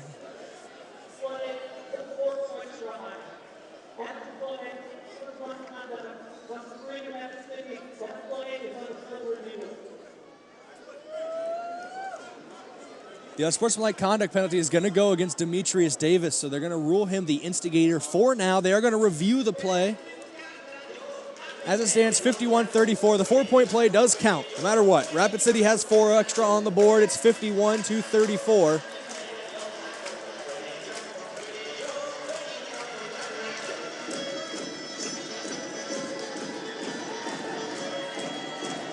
I don't know who's in charge of the music here at the Tyson, but if there's one way to cut the tension that we just saw on the field, it's Cotton Eye Joe. 2:45 remaining here in the third quarter. This has been a good game between these two squads, a high-scoring affair. 4 rushing touchdowns for Tyrone Jones, the quarterback for the Rapid City Marshals. 126 yards rushing, 8 per carry. 16 total carries for the quarterback. Does have a passing touchdown as well, as Jones is 8 for 19 passing for 65 yards. And a touchdown to Levon Macon. For the Bandits, Taz Wilson in his Sioux City debut is 5 for 9 throwing for 78 yards and 4 touchdowns. On the receiving end, Braden Mines has 4 catches for 65 yards and 3 touchdowns. Brandon Shepard has 1 catch for 13 yards and a 1 touchdown. Also been 2 rushing touchdowns in the game. Taz Wilson has one of them on a QB sneak from the goal line, and Fred Bruno has the other on a 2-yard jet sweep in a goal-to-go situation.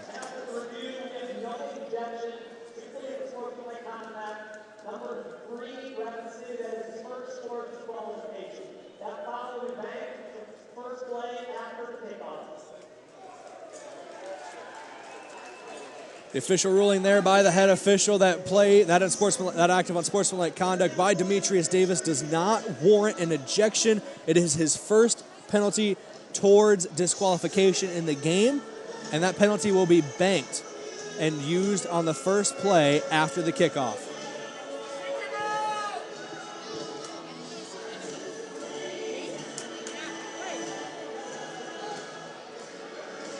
Jack Robinson to kick off here for the Marshals as soon as they let it get going. Back deep to return for the Bandits.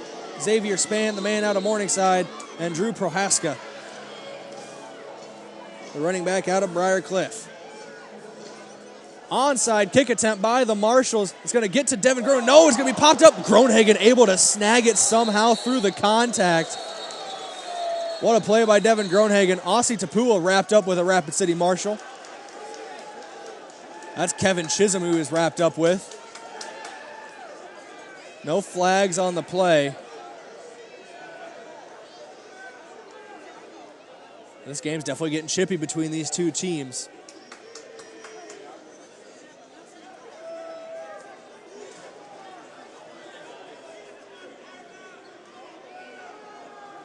A lot of times in situations like this with growing tensions, you might see an example call made by a referee.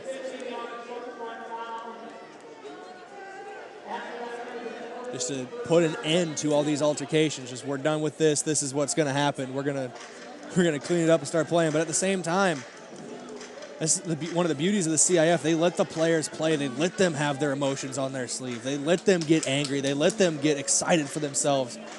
It's one of the most fun roller coaster experiences in football, and it happens right here in the CIF. 51-34, your score here in the third quarter. As Taz Wilson will march his offense up to the line of scrimmage. It'll be 1st and 10 from the 16.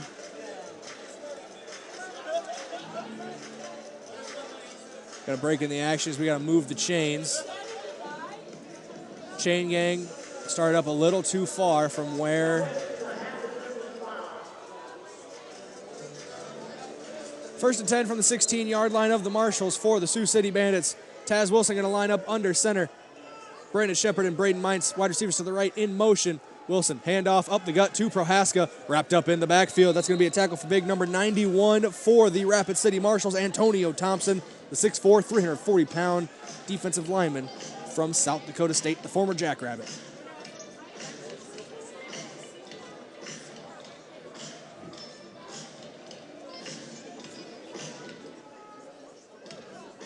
Loss of about 2 on the play, so it'll bring up 2nd and 12. Check that, make it 2nd and 11.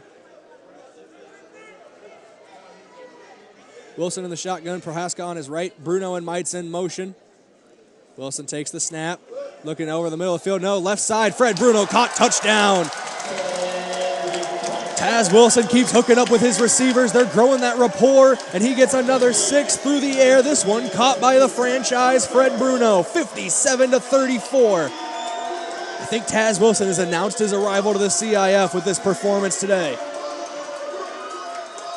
See what the Bandits are going for here. They currently lead, quick math, by 23. They're going to go for 3 more, making it a 26-point game. Taz Wilson on the day, 6 for 10. 5 of those completions are for 6 points. 3 of those touchdowns have been caught by Braden Mines, 1 by Fred Bruno, and 1 by Brandon Shepard.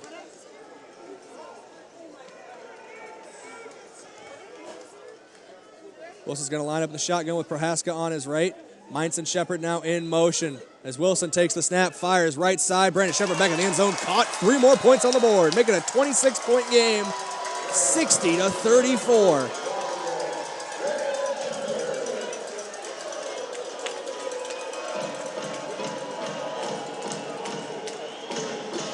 Somebody must have told the Bandits that the Liberty put up 75 points today in their game. They took it personally. They're looking to match that, if not surpass it. With a minute 15 still to go in the third quarter of action and a 26-point lead, it's possible the Bandits keep up this high-powered offense.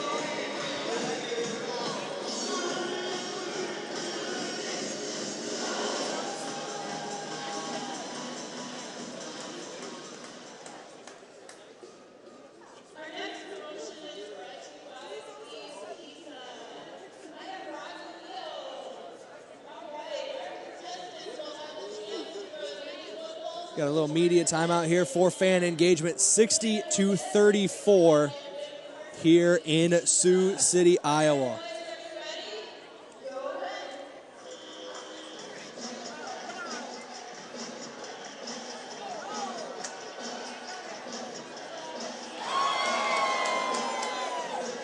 Look at the stats on the day. We'll look at the team stats between these two teams. The Bandits have crept back into most of these team stat categories. The Marshals still have more first downs on the day with 14 compared to the Bandits' 9. Marshals are 2 of 8 on third down. The Bandits are 2 for 4, and 1 of 1 on fourth down are the Bandits, compared to 4 of 7 for the Marshals. Rapid City has 215 yards of total offense in 40 total plays. The Bandits have 21 total plays for 93 yards of total offense, 95 net yards passing, which means they have -2 yards rushing in the net game. For the Marshals, they have 65 yards passing on 8 for 19 for their quarterback, Tyrone Jones. They do have a net of 150 yards rushing, though, do the Marshals. 21 carries, 150 yards as a team for 7.1 yards per carry. Penalties have been skewed as more are on the Marshals. 8 penalties against the Marshals today for 54 yards. Only 1 penalty against the Bandits for a total of 5 yards. Time of possession is the big number that goes in favor of the Rapid City Marshals. 13 more minutes of possession for the Marshals. 27 minutes, 47 seconds for Rapid City. 14 minutes, 42 seconds for the Bandits. As Braden Mines gets set to kick off here, Kevin Chisholm and Levon Macon back to each return. Squib kick, bounces at about the midfield stripe. It's corralled by Bird Mix. He tried to find some space past the midfield. The ball's out on the hit, and Braden Mines laid the hit, forced the fumble, and he might have got the recovery as well. We're waiting on an official ruling. They got to peel the players off the pile. Jeremy Costa says it's the Bandits. Wait for the official ruling. And it's Bandits football. Braden Mines, the Swiss Army knife, the utility man. Anything you can do, I guarantee Braden Mines does more. I made the joke last week, and I'll make it again today. I am the second best Braden in the Bandits organization, and that is fine. That is okay with me. Heck, I might.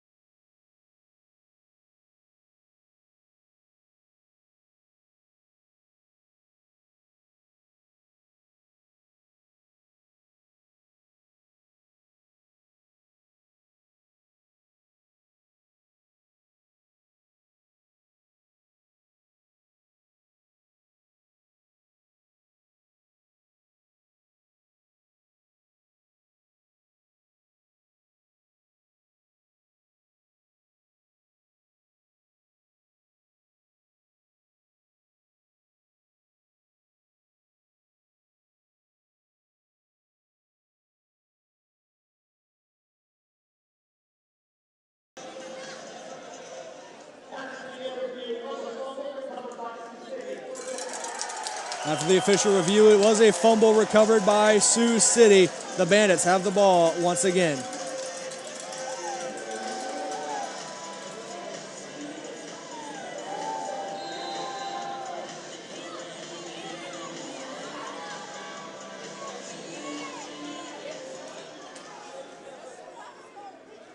Taz Wilson's going to line up under center here for the Bandits. Daniel Small, the center. Prohaska, the deep back. Bruno and Mines in motion. They're going to hand off to Prohaska, trying to find some space off the right side. Bounces off his offensive lineman. That's a horse collar by the Marshals defense, and that's probably what the flag is for. Prohaska's going to be corralled in the backfield, but this ball is still going to be moving forward for the Bandits. Another Fleet Farm penalty flag. Taz Wilson is letting the Marshals know he thinks it's against them. Referees conferring here.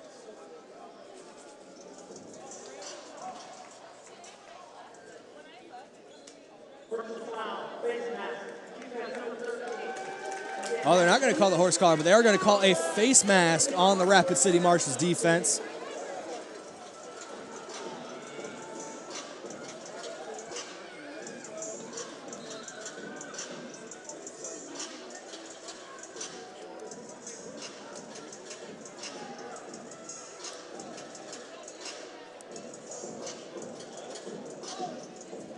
.40 seconds and counting to go here in the third quarter. Bandits lead 60-34 over the Marshals.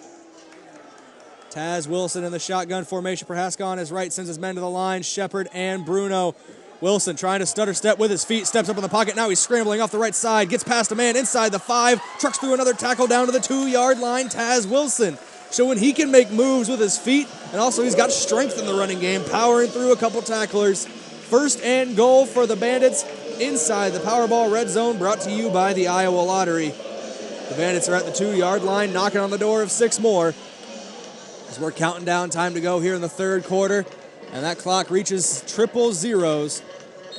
We're going to be going to the fourth quarter of play here on the CIF Network. Sioux City Bandits football, 4 fingers in the air for the Bandits as we're going to the final stanza.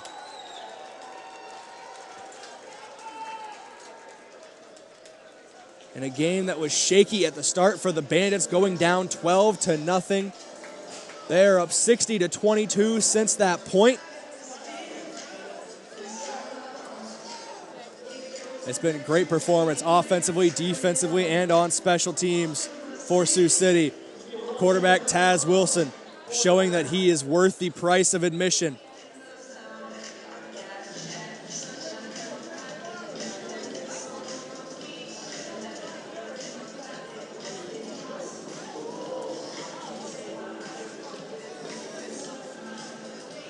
So we head to the fourth quarter of action. Let's take a look back at our live stats for the game.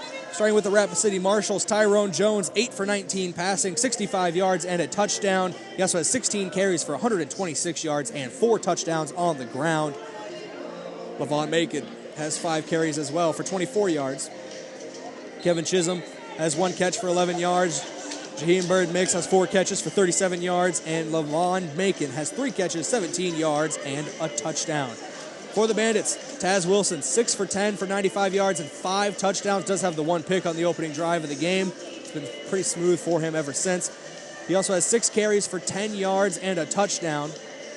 In the receiving game, Braden Mines leading all receivers, 4 catches, 65 yards, 3 touchdowns. Brandon Shepard, 1 catch, 13 yards and a touchdown. And Fred Bruno, 1 catch as well for 17 yards and a touchdown.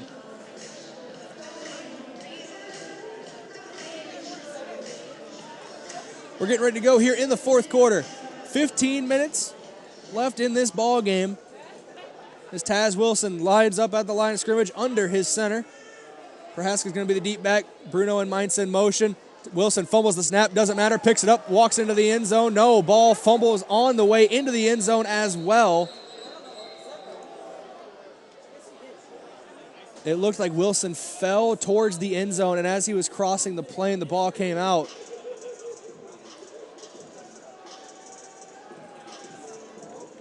Wilson a little shaken up on the play, too. No official ruling yet from the officials. They didn't signal ball for Rapid City. They didn't signal touchdown for Sioux City. No matter what they rule on the field, you got to feel they're going to have to take at least another look at it. Taz Wilson is back up to his feet, walking under his own power. He's good. He just got the wind knocked out of him a little bit. He was at the bottom of that pile.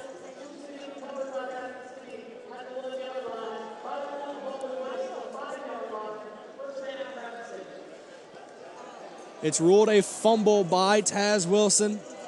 Recovered at the 1-yard line by rule. It will be placed at the 5-yard line for the Rapid City Marshals. Coach Herb Strobing arguing that Wilson was in the end zone before the ball came out.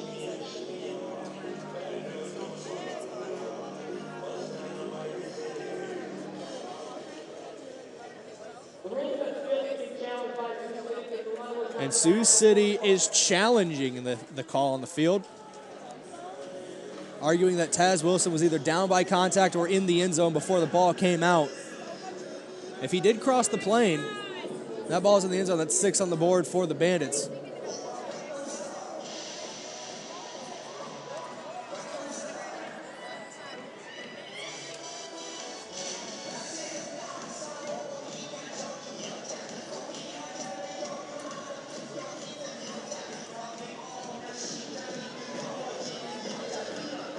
A bit of drama here to start the fourth quarter. Of course, we do have final results for 2 other CIF games. If you are joining us late, the Salina Liberty defeated the Topeka Tropics 75-45, and the Gillette Mustangs defeated the Southwest Kansas Storm 30-12. There are a couple games taking place in the CIF today.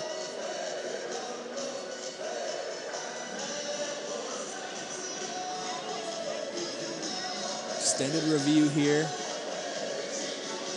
Other referees in the tunnel.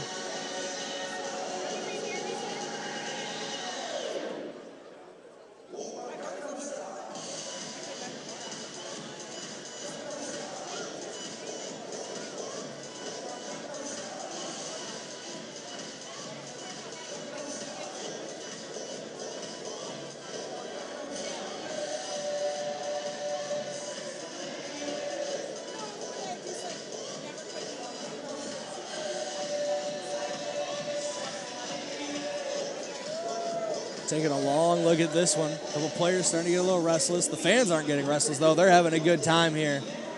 Dancing to the music playing in the stadium.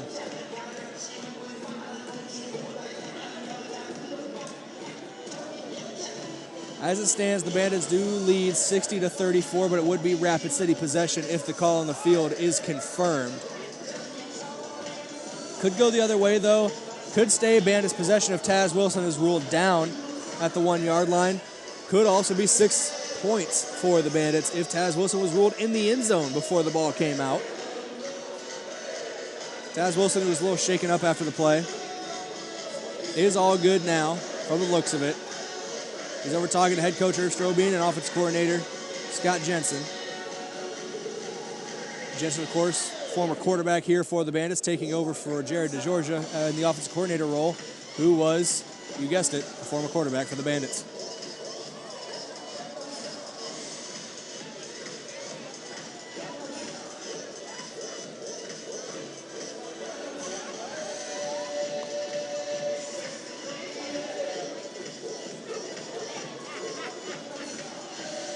This is an extended review here today. We've had a couple of these extended reviews.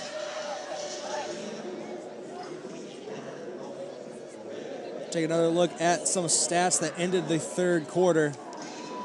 Only one play has been run in the fourth quarter. Check that. Not going to go to him. Head referee back on the field for their official ruling.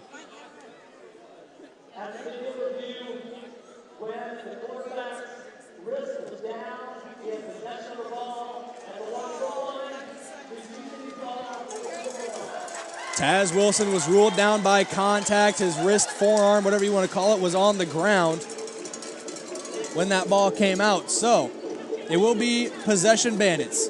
It will be from the 1-yard line. It'll be 2nd and goal inside the Powerball Red Zone, brought to you by the Iowa Lottery.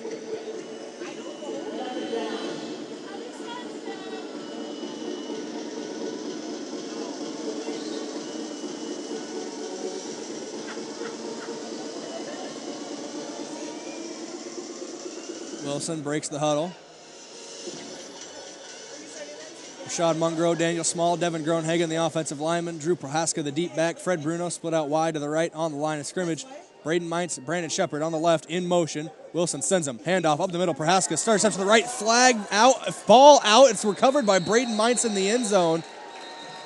A lot of things happening all at once there. The ball came loose. It was recovered by Braden Mines in the end zone. There's also a Fleet Farm penalty flag on the play.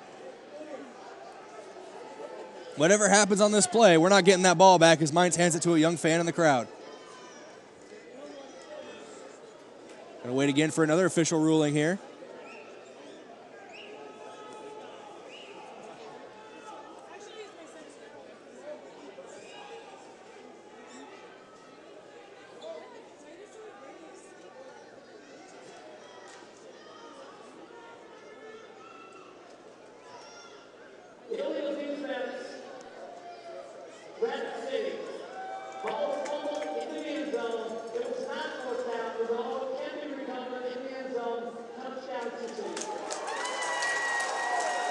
The flag was for illegal defense on the Marshals, but it doesn't matter as the ball was fumbled into the end zone and recovered in the end zone.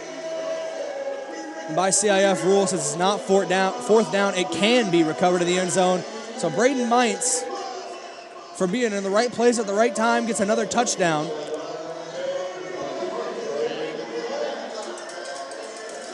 Interesting to see how that gets ruled officially.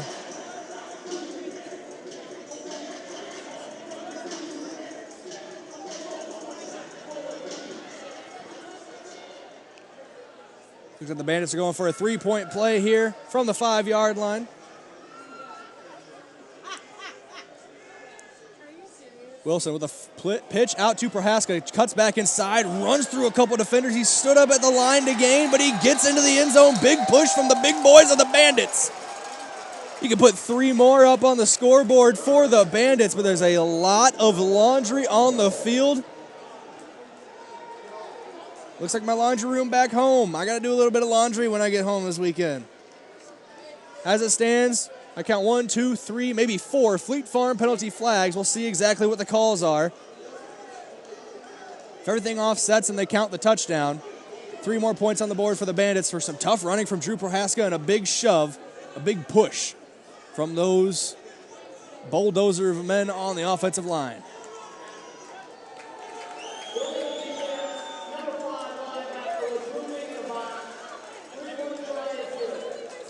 It was a legal defense on the Marshals. 3-point try is good for the Bandits. 69-34.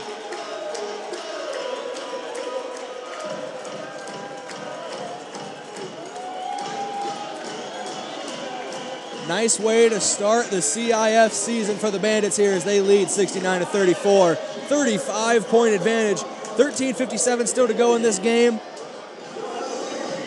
Salina Liberty beat the Topeka Tropics 75-45 earlier today. Look at the Bandits are trying to outscore the Liberty in this game. And the Bandits defense has stood tall for a majority of this second half. It was a shaky start for the Bandits. They went down 12-0 early on. Miscommunications.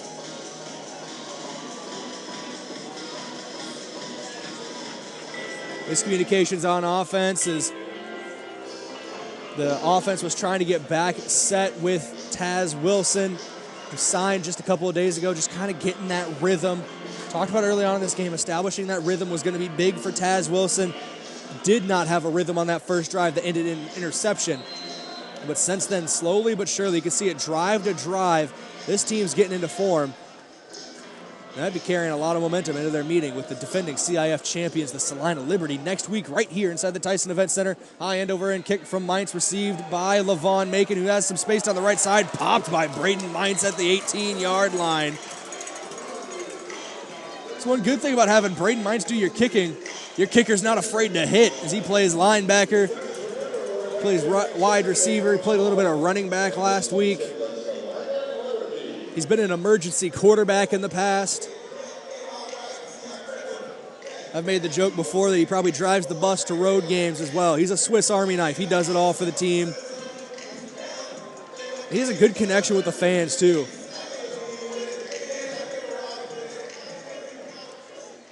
Tyrone Jones in the shotgun.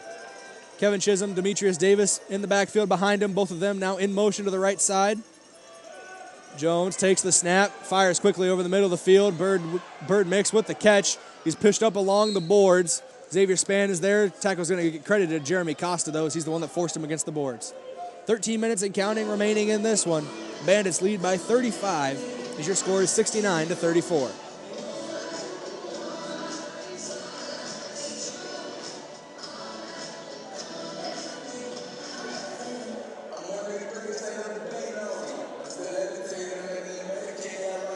Ball gets broken here for the Marshals.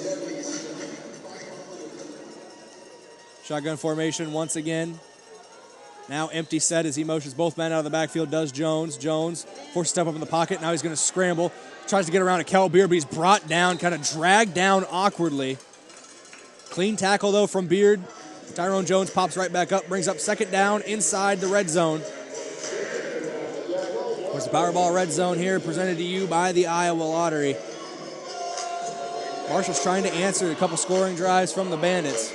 Currently sits 69-34. Got the box formation once again for the Marshals. Davis and Chisholm behind the quarterback, Jones, and the running back, Levon Macon. They both motion out left side. Little flip pass to Macon left side. He stumbles and falls down. There's going to be a push after the play, potentially, as a flag flies. It's a Fleet Farm penalty flag. See what the exact ruling is. There was a Bandits player that got pushed down after the whistle blew.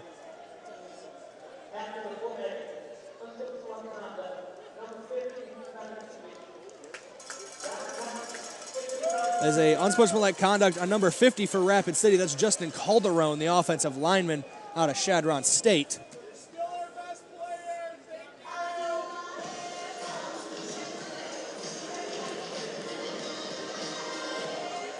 That's going to march the Marshals back to the 24-yard line of the Bandits, basically to the midfield stripe.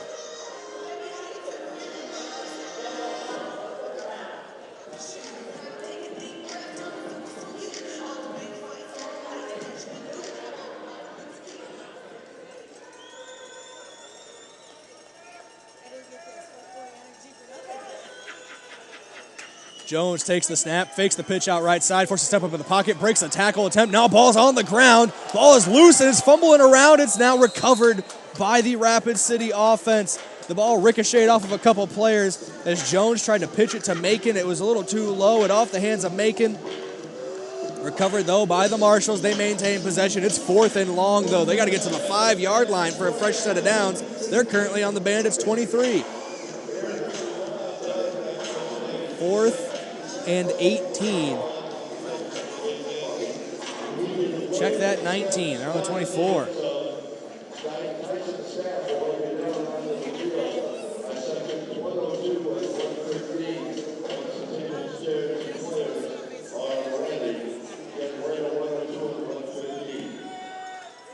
Jones in the shotgun formation once again. Motions the receivers out wide to the left. Forced to break away. No, doesn't get away. Dejon Emory, his 3rd sack of the game for the reigning, defending, undisputed CIF defensive MVP from last season. On a night when Dejon Jones is returning to the octagon in the UFC, the biggest return of a champion seems to be Dejon Emory, the league MVP for the defensive MVP of the league last season. 1st and 10 Bandits as the offense steps out onto the field, going from the Marshals' 17-yard line.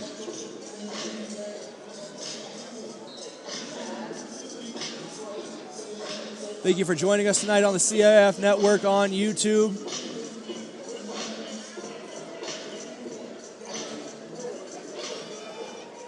I've been informed there's been a few issues with the live stream off and on, but I'd like to thank you for sticking through it and joining us here for Sioux City Bandits football as they lead 69-34.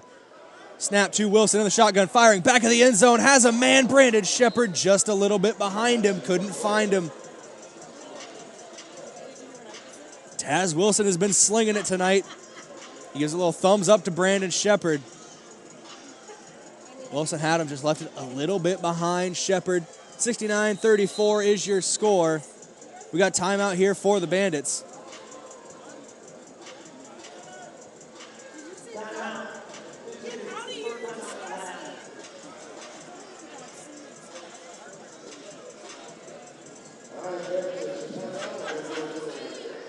Linwood Joyner, who's inactive today, did see him in warm-ups with a boot on his right foot.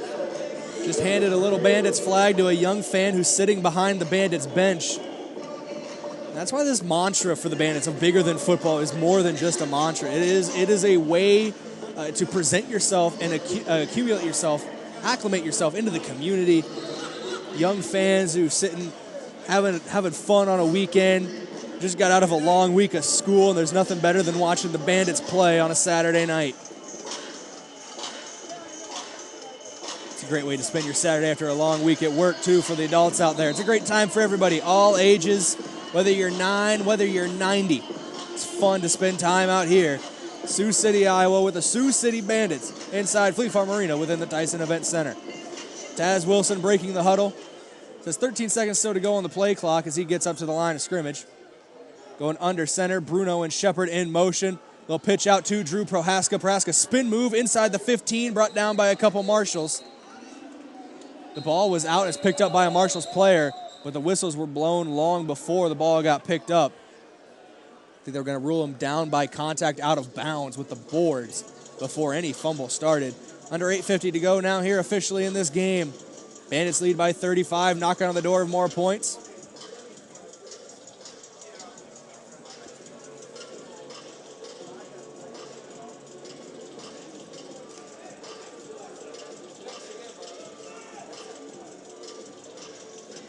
Taz Wilson going to line up under his center, Daniel Small. Once again, 3rd down here and 7 to go for the Bandits. Prohaska, the deep back. Bruno and Shepard in motion. Play action for Wilson. Fires right side of the end zone. Has Brandon Shepard. He's getting one arm pinned behind him, and it doesn't matter. He's a one-armed man in a pass-catching contest, and I still take Brandon Shepard 7 days out of the week and twice on Sunday. 6 more on the board for the Sioux City Bandits as they lead 75-34. What a catch by Brandon Shepard, and what a find by Taz Wilson. What a pickup by the Bandits organization to get that man in here to play quarterback.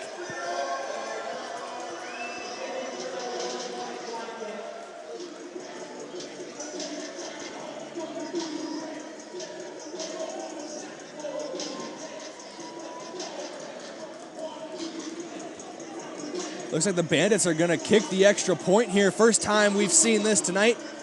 Braden Mines kicked extra points in the non-league opener last week. Went 5 for 7 on extra point attempts. We'll see what he does here. Taz Wilson will be the holder. Hold is down. Kick is up. Wide to the left for Braden Mines. 75-34 is your score as the Bandits become the second team so far today to score 75 points in a CIF game.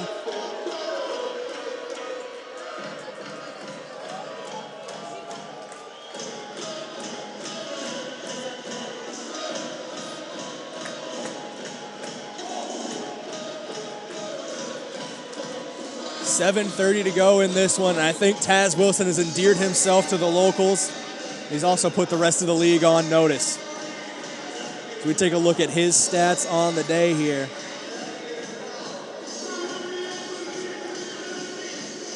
Wait for them to load in. 7 for 12 passing, has 108 yards, 6 passing touchdowns for Taz Wilson. Does have the 1 interception on the opening drive. He also has 11 yards rushing and a touchdown on the ground. It's been the Braden Mines show in the receiving game. 4 catches, 65 yards, and 3 touchdowns for Mines. 2 catches for 26 yards and 2 touchdowns for Brandon Shepard. So he's doing that thing he did last year where it seems like every time he touches the ball, it goes for 6. He's currently 3 for 3 on it this year in the receiving game. 3 catches, 3 touchdowns through the first 2 weeks of the season.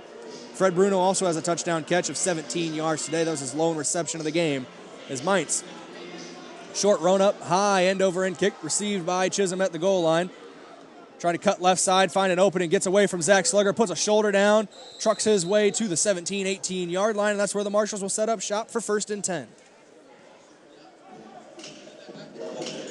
41-point ball game here in Sioux City as the Bandits lead 75-34.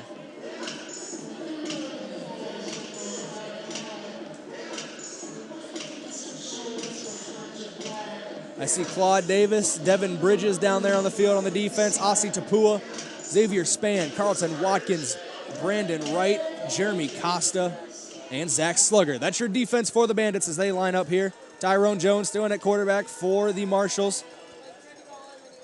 Motions Kevin Chisholm and Demetrius Davis out of the backfield. He's looking deep down the field is Jones. He has Demetrius Davis. High pointed in the back of the end zone, though, by Carlton Watkins for the pick. He steps out of the end zone, gets past the 5, breaks a tackle. Now past the 10. Has some blockers cutting into the middle of the field. Trying to find space. Spin move past the half field line. Inside the 15. Carlton Watkins. What a return. What a play. What a day for the Sioux City Bandits as they are opening the CIF season in style. 75-34, and what an acrobatic play by Carlton Watkins. High pointing that ball in the end zone. And then with a sweet feet on the return, a couple spin moves, a couple jukes, a stiff arm, got some blocks, and he gets to the 15, 14-yard line. Bandits set up 1st and 10 at the Marshals 14.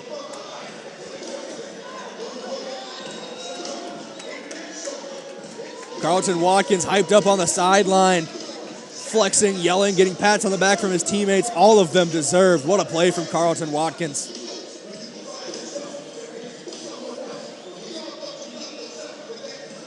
Watkins, a 5'10", 175-pound defensive back out of Tiffin University. Did have 1 tackle and 1 interception in last week's game, so now it's 2 picks for him on the season.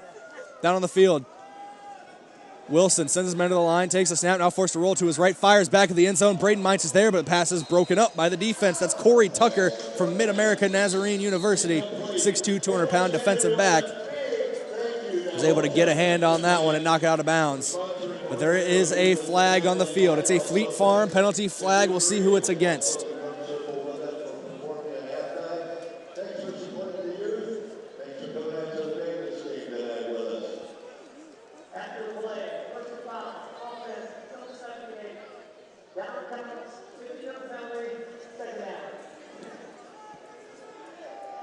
Penalty is going to go against the Bandits. It's going to march them back to their own 21-yard line. They got to get to the Marshals 4 for a 1st down.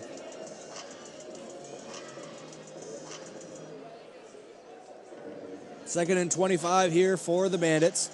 See what Taz Wilson has up his sleeve. Braden Mines, Brandon Shepard split out wide to the left. They're going to be the receivers in motion. Prohaska in the backfield in the right hip pocket of Wilson. Fred Bruno lined up on the line of scrimmage, wide receiver right. Wilson looking deep down the field, has Braden Mines double covered, almost goes up and over. He does. I think the ball was too far, though, as Mines went up and over. There's a cart of drinks and a lot of fans right there where Braden Mines went up and over the wall.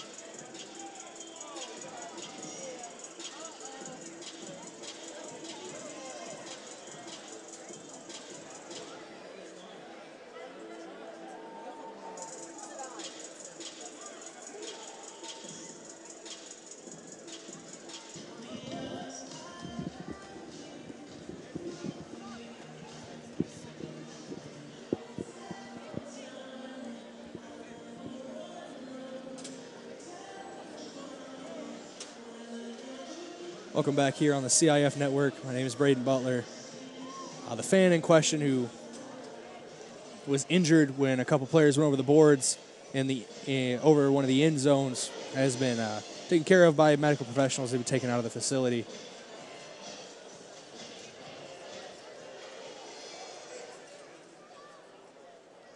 Hope everything's going okay with them and any information we might be able to get.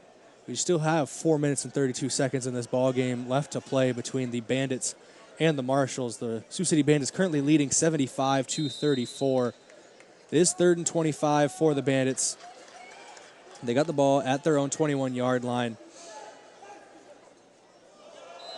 And mental mistake on the first play of the game, or first play back from the break. So we got a false start on the Bandits.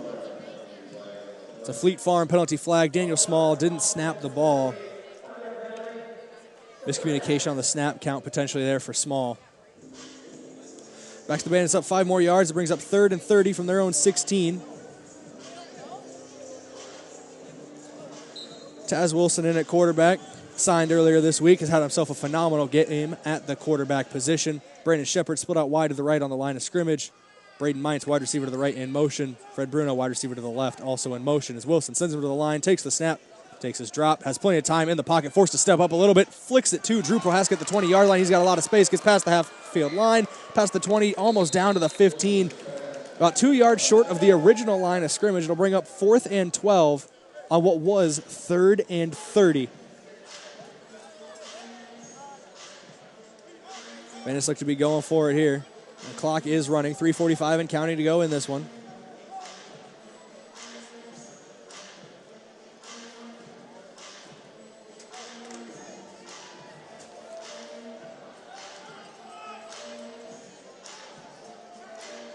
Taz Wilson in the shotgun once again. Drew Prohaska on his right hip pocket. All 3 receivers, Mines, Shepard, and Bruno out wide to the left.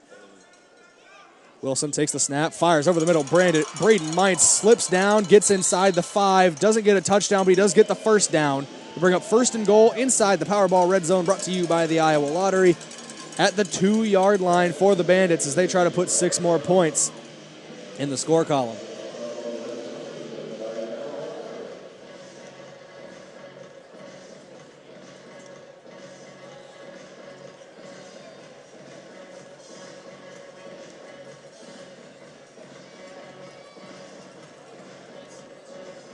We'll have a brief post-game report here on the CIF Network to break down some stats, obviously name a player of the game, and then talk about what is next for the Bandits before we head off the broadcast tonight.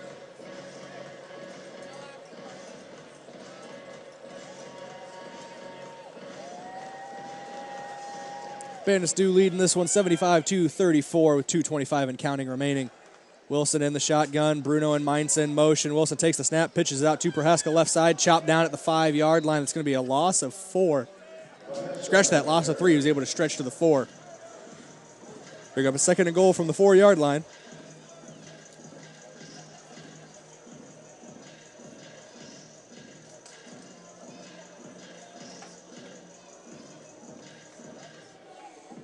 What a debut it's been for that man, Taz Wilson, jogging back into the huddle, giving the play to his guys.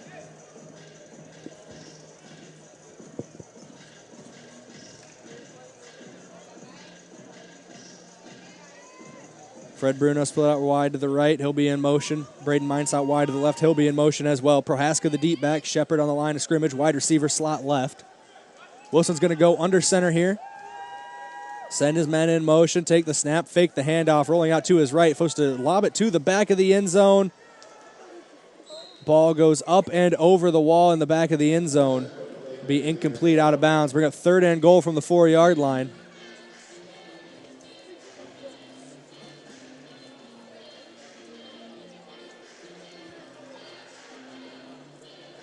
Clock's winding down here. We're going to get the 1-minute warning here shortly. There it is. 1-minute warning here in the 4th quarter. Normal football timing rules from here on out as the Bandits lead by 41, 75-34. Your score here from Fleet Farm Arena inside the Tyson Events Center. I'm Braden Butler. You're watching Sioux City Bandits football on the CIF network.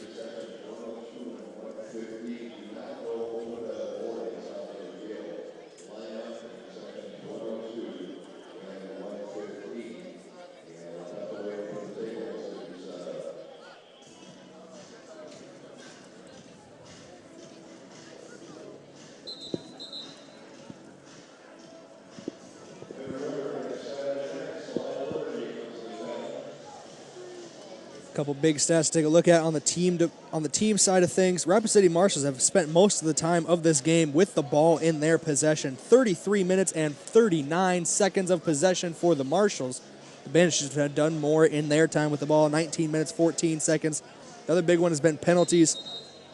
The Marshals have 10 penalties against them for 82 total yards. The Bandits only 3 for 25. Wilson breaks the huddle as we come out of the 1-minute warning. Taz Wilson's going to line up under center. Prohaska the deep back. Mines and Shepard out wide to the right. Bruno to the left. Mines and Bruno going to be the men in motion. Wilson sends his men to the line. Handoff up the middle to Drew Prohaska. Fumbled away. It's picked up by the Rapid City Marshals. Prohaska's trying to rip it back out of the hands of Stewart. He can't get it. Tanner Stewart recovers the fumble there for the Marshals. He's going to give Rapid City possession of the ball inside their 5-yard line. 1st and 10 Marshals at their 5-yard line.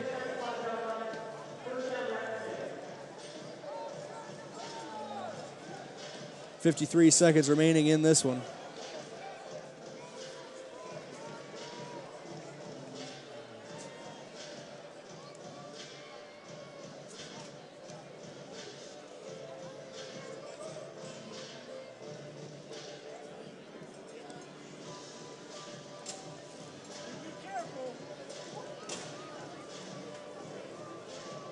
We're going to see Nick Ehlers come into the game at quarterback for the Rapid City Marshals. Ehlers, wearing number 14, the 6', 210-pound quarterback out of Elmhurst University. We've seen him a couple times on 3-point conversion attempts. It's his first live game snaps. He's going to be in the shotgun. Levon Macon on his right. Davis and Chisholm in motion out of the backfield. Low snap, but Ehlers corrals it. Quick pass right side to Macon, wrapped up by Akel Beard. Loss of 1 on the play. The Bandits defense stands tall, forces the 1-yard loss. Bring up 2nd and 11. 40 seconds and counting. Make it 37 in the 4th quarter. 30 seconds remaining on the play clock. One more play will be run here. Well, very well could be the last play of the game. Ehlers in the shotgun. Macon on his right hip pocket. Chisholm and Davis in motion out of the backfield. Handoff up the middle to Macon. He's wrapped up in the backfield and brought down. Devin Bridges with his TFL on the day. The former Villanova Wildcat getting a big tackle there, and that will do it for this ball game. The Bandits take an emphatic 75-34 victory in this game. Do a brief post-game show here. We're going to go right into it on the CIF Network. Thank you for joining me this evening. I am Braden Butler. Starting with the stats for the Rapid City Marshals on offense. Tyrone Jones, the starting quarterback, went 9 for 21 passing for 79 yards, 1 touchdown, 1 interception. He also ran the ball 19 times for 124 yards, 6.5 yards per carry, and 4 touchdowns there. Jaheim Bird Mix had 5 catches for 51 yards to lead the Marshals. Levon Macon had 4 catches for 17 yards and a touchdown, and Kevin Chisholm had 1 catch for 11 yards. Defensively for the Marshals, they were led in the tackle department by Derek Dyer, who had 5. Derek Millsap Derek Millsap and Tanner Stewart right behind them with 4 apiece. Lakeith Murray did get a pick on the first drive of the game for the Marshals, and Tanner Stewart recovered a fumble late in that fourth quarter on the last offensive possession of the game by the Bandits. Let's get into your stats for the Bandits so we can name our player of the game. What a debut it was.